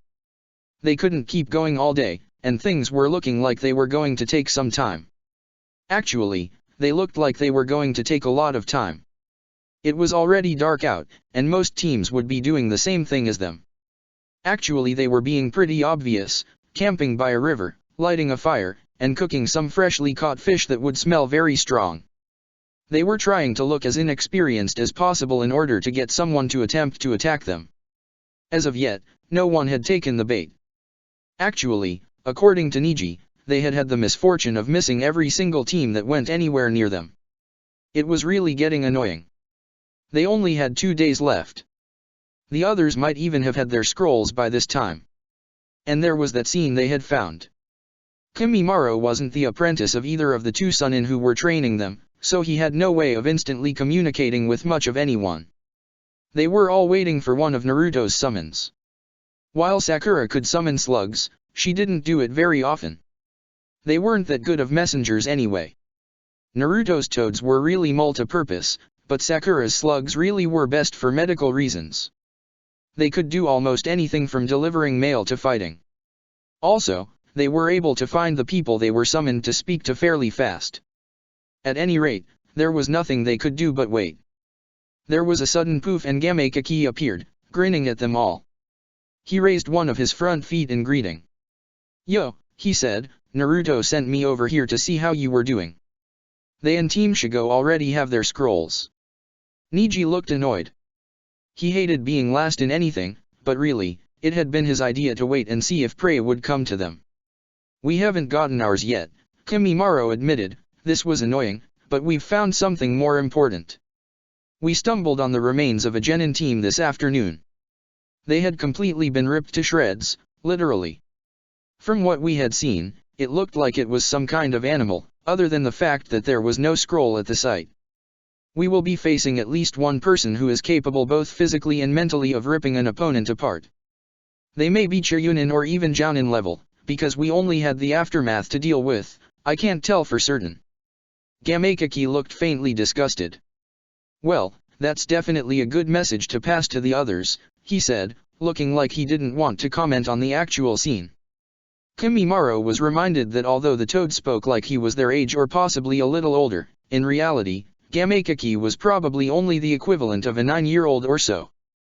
"Tell Naruto that we're going to need to call a meeting when we get the chance to decide what to do with this. We don't know whose side this person is on or what their presence is going to mean. We have to have some kind of plan for dealing with them when we reach the finals of the exam, which they will definitely be a part of." "I'll tell him, but he'll tell you not to worry," Gamekaki said. "You know Naruto better than me. By the way, you got something for me, right?" Kimimaro took out a small bag of candied nuts and handed it to the small frog. They all made sure to have some when they were separate. After all, the reason that Gamekaki was being such a helpful little messenger was because of the food. Otherwise they would have had to find another way to do it. "All right, see you later," Gamekaki said. "Jane," Niji grumbled. Was he still sore about being the only one without a scroll? "We'll see you soon, Gamekaki-kun," Haku smiled.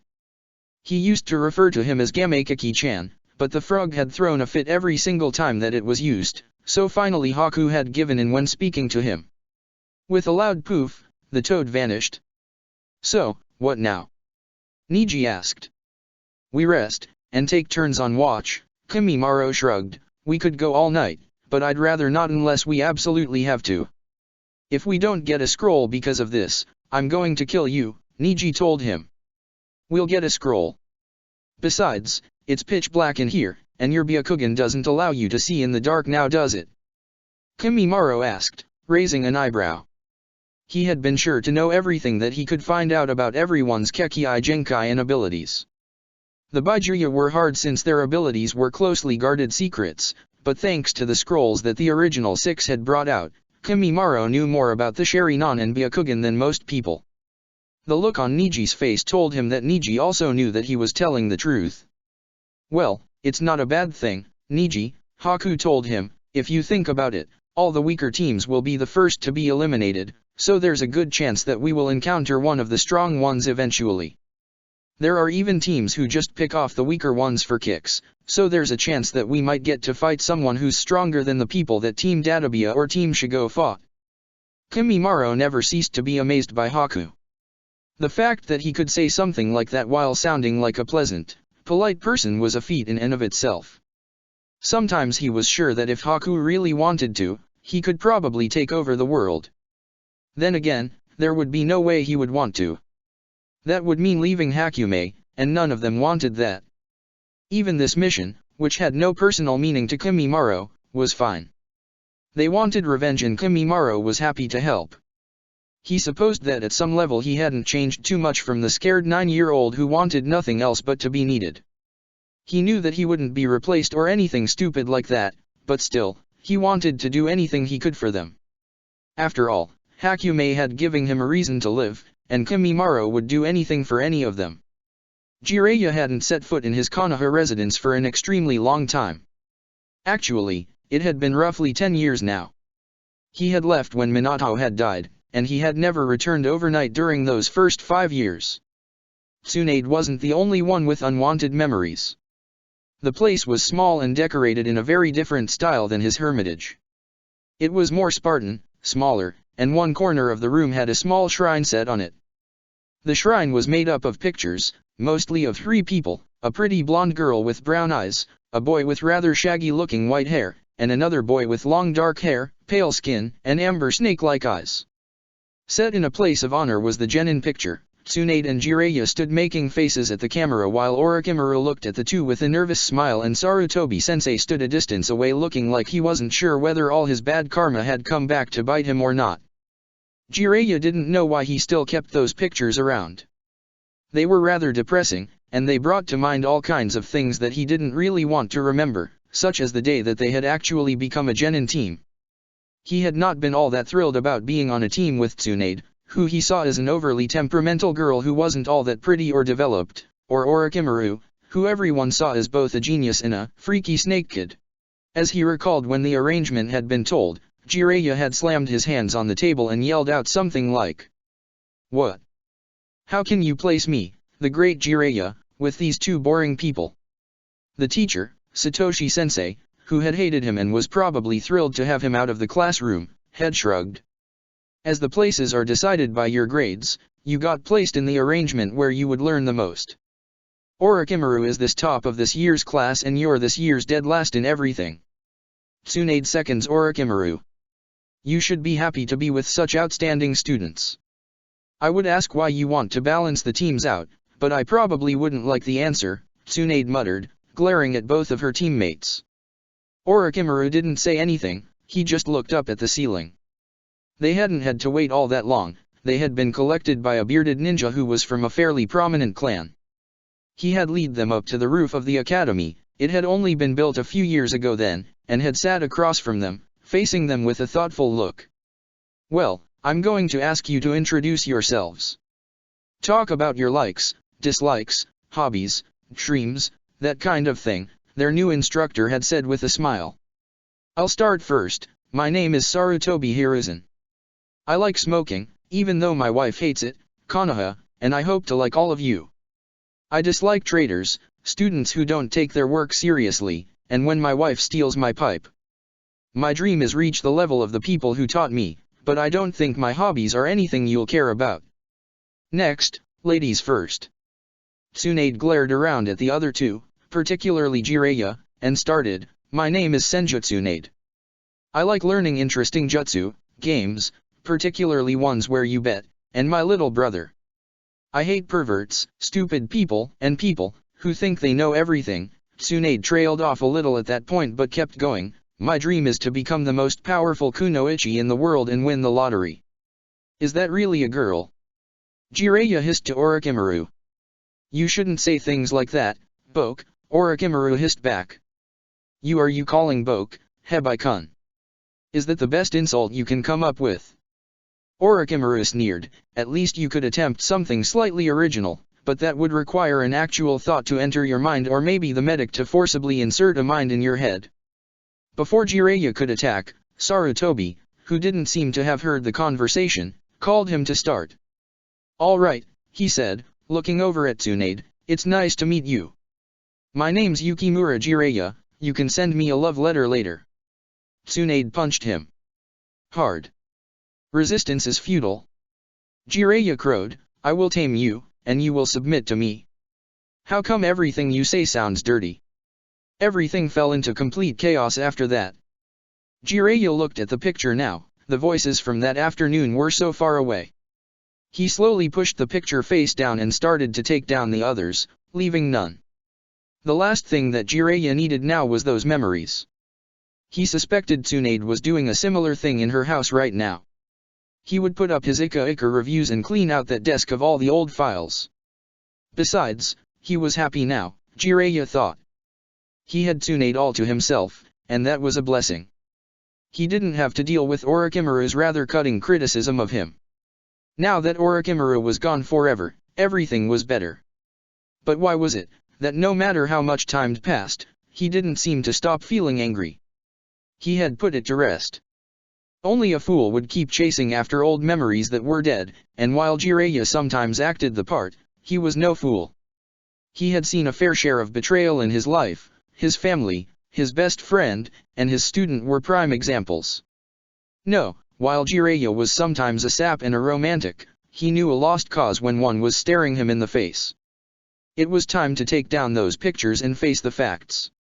He had too much to worry about, and there were enough things that Jiraiya could alter without having to think about lost causes that didn't matter anymore. He took down the last picture, an older version of himself and Orochimaru that Tsunade had taken at their promotion party. Jiraiya had collapsed in a puddle of spit and Orochimaru, who didn't drink because he would just pass out, was carrying him over shoulder and looking with annoyance at the camera. The writing underneath it said "Beautiful Friendship." Slowly Jiraiya burned it. Check the description for the links to the author.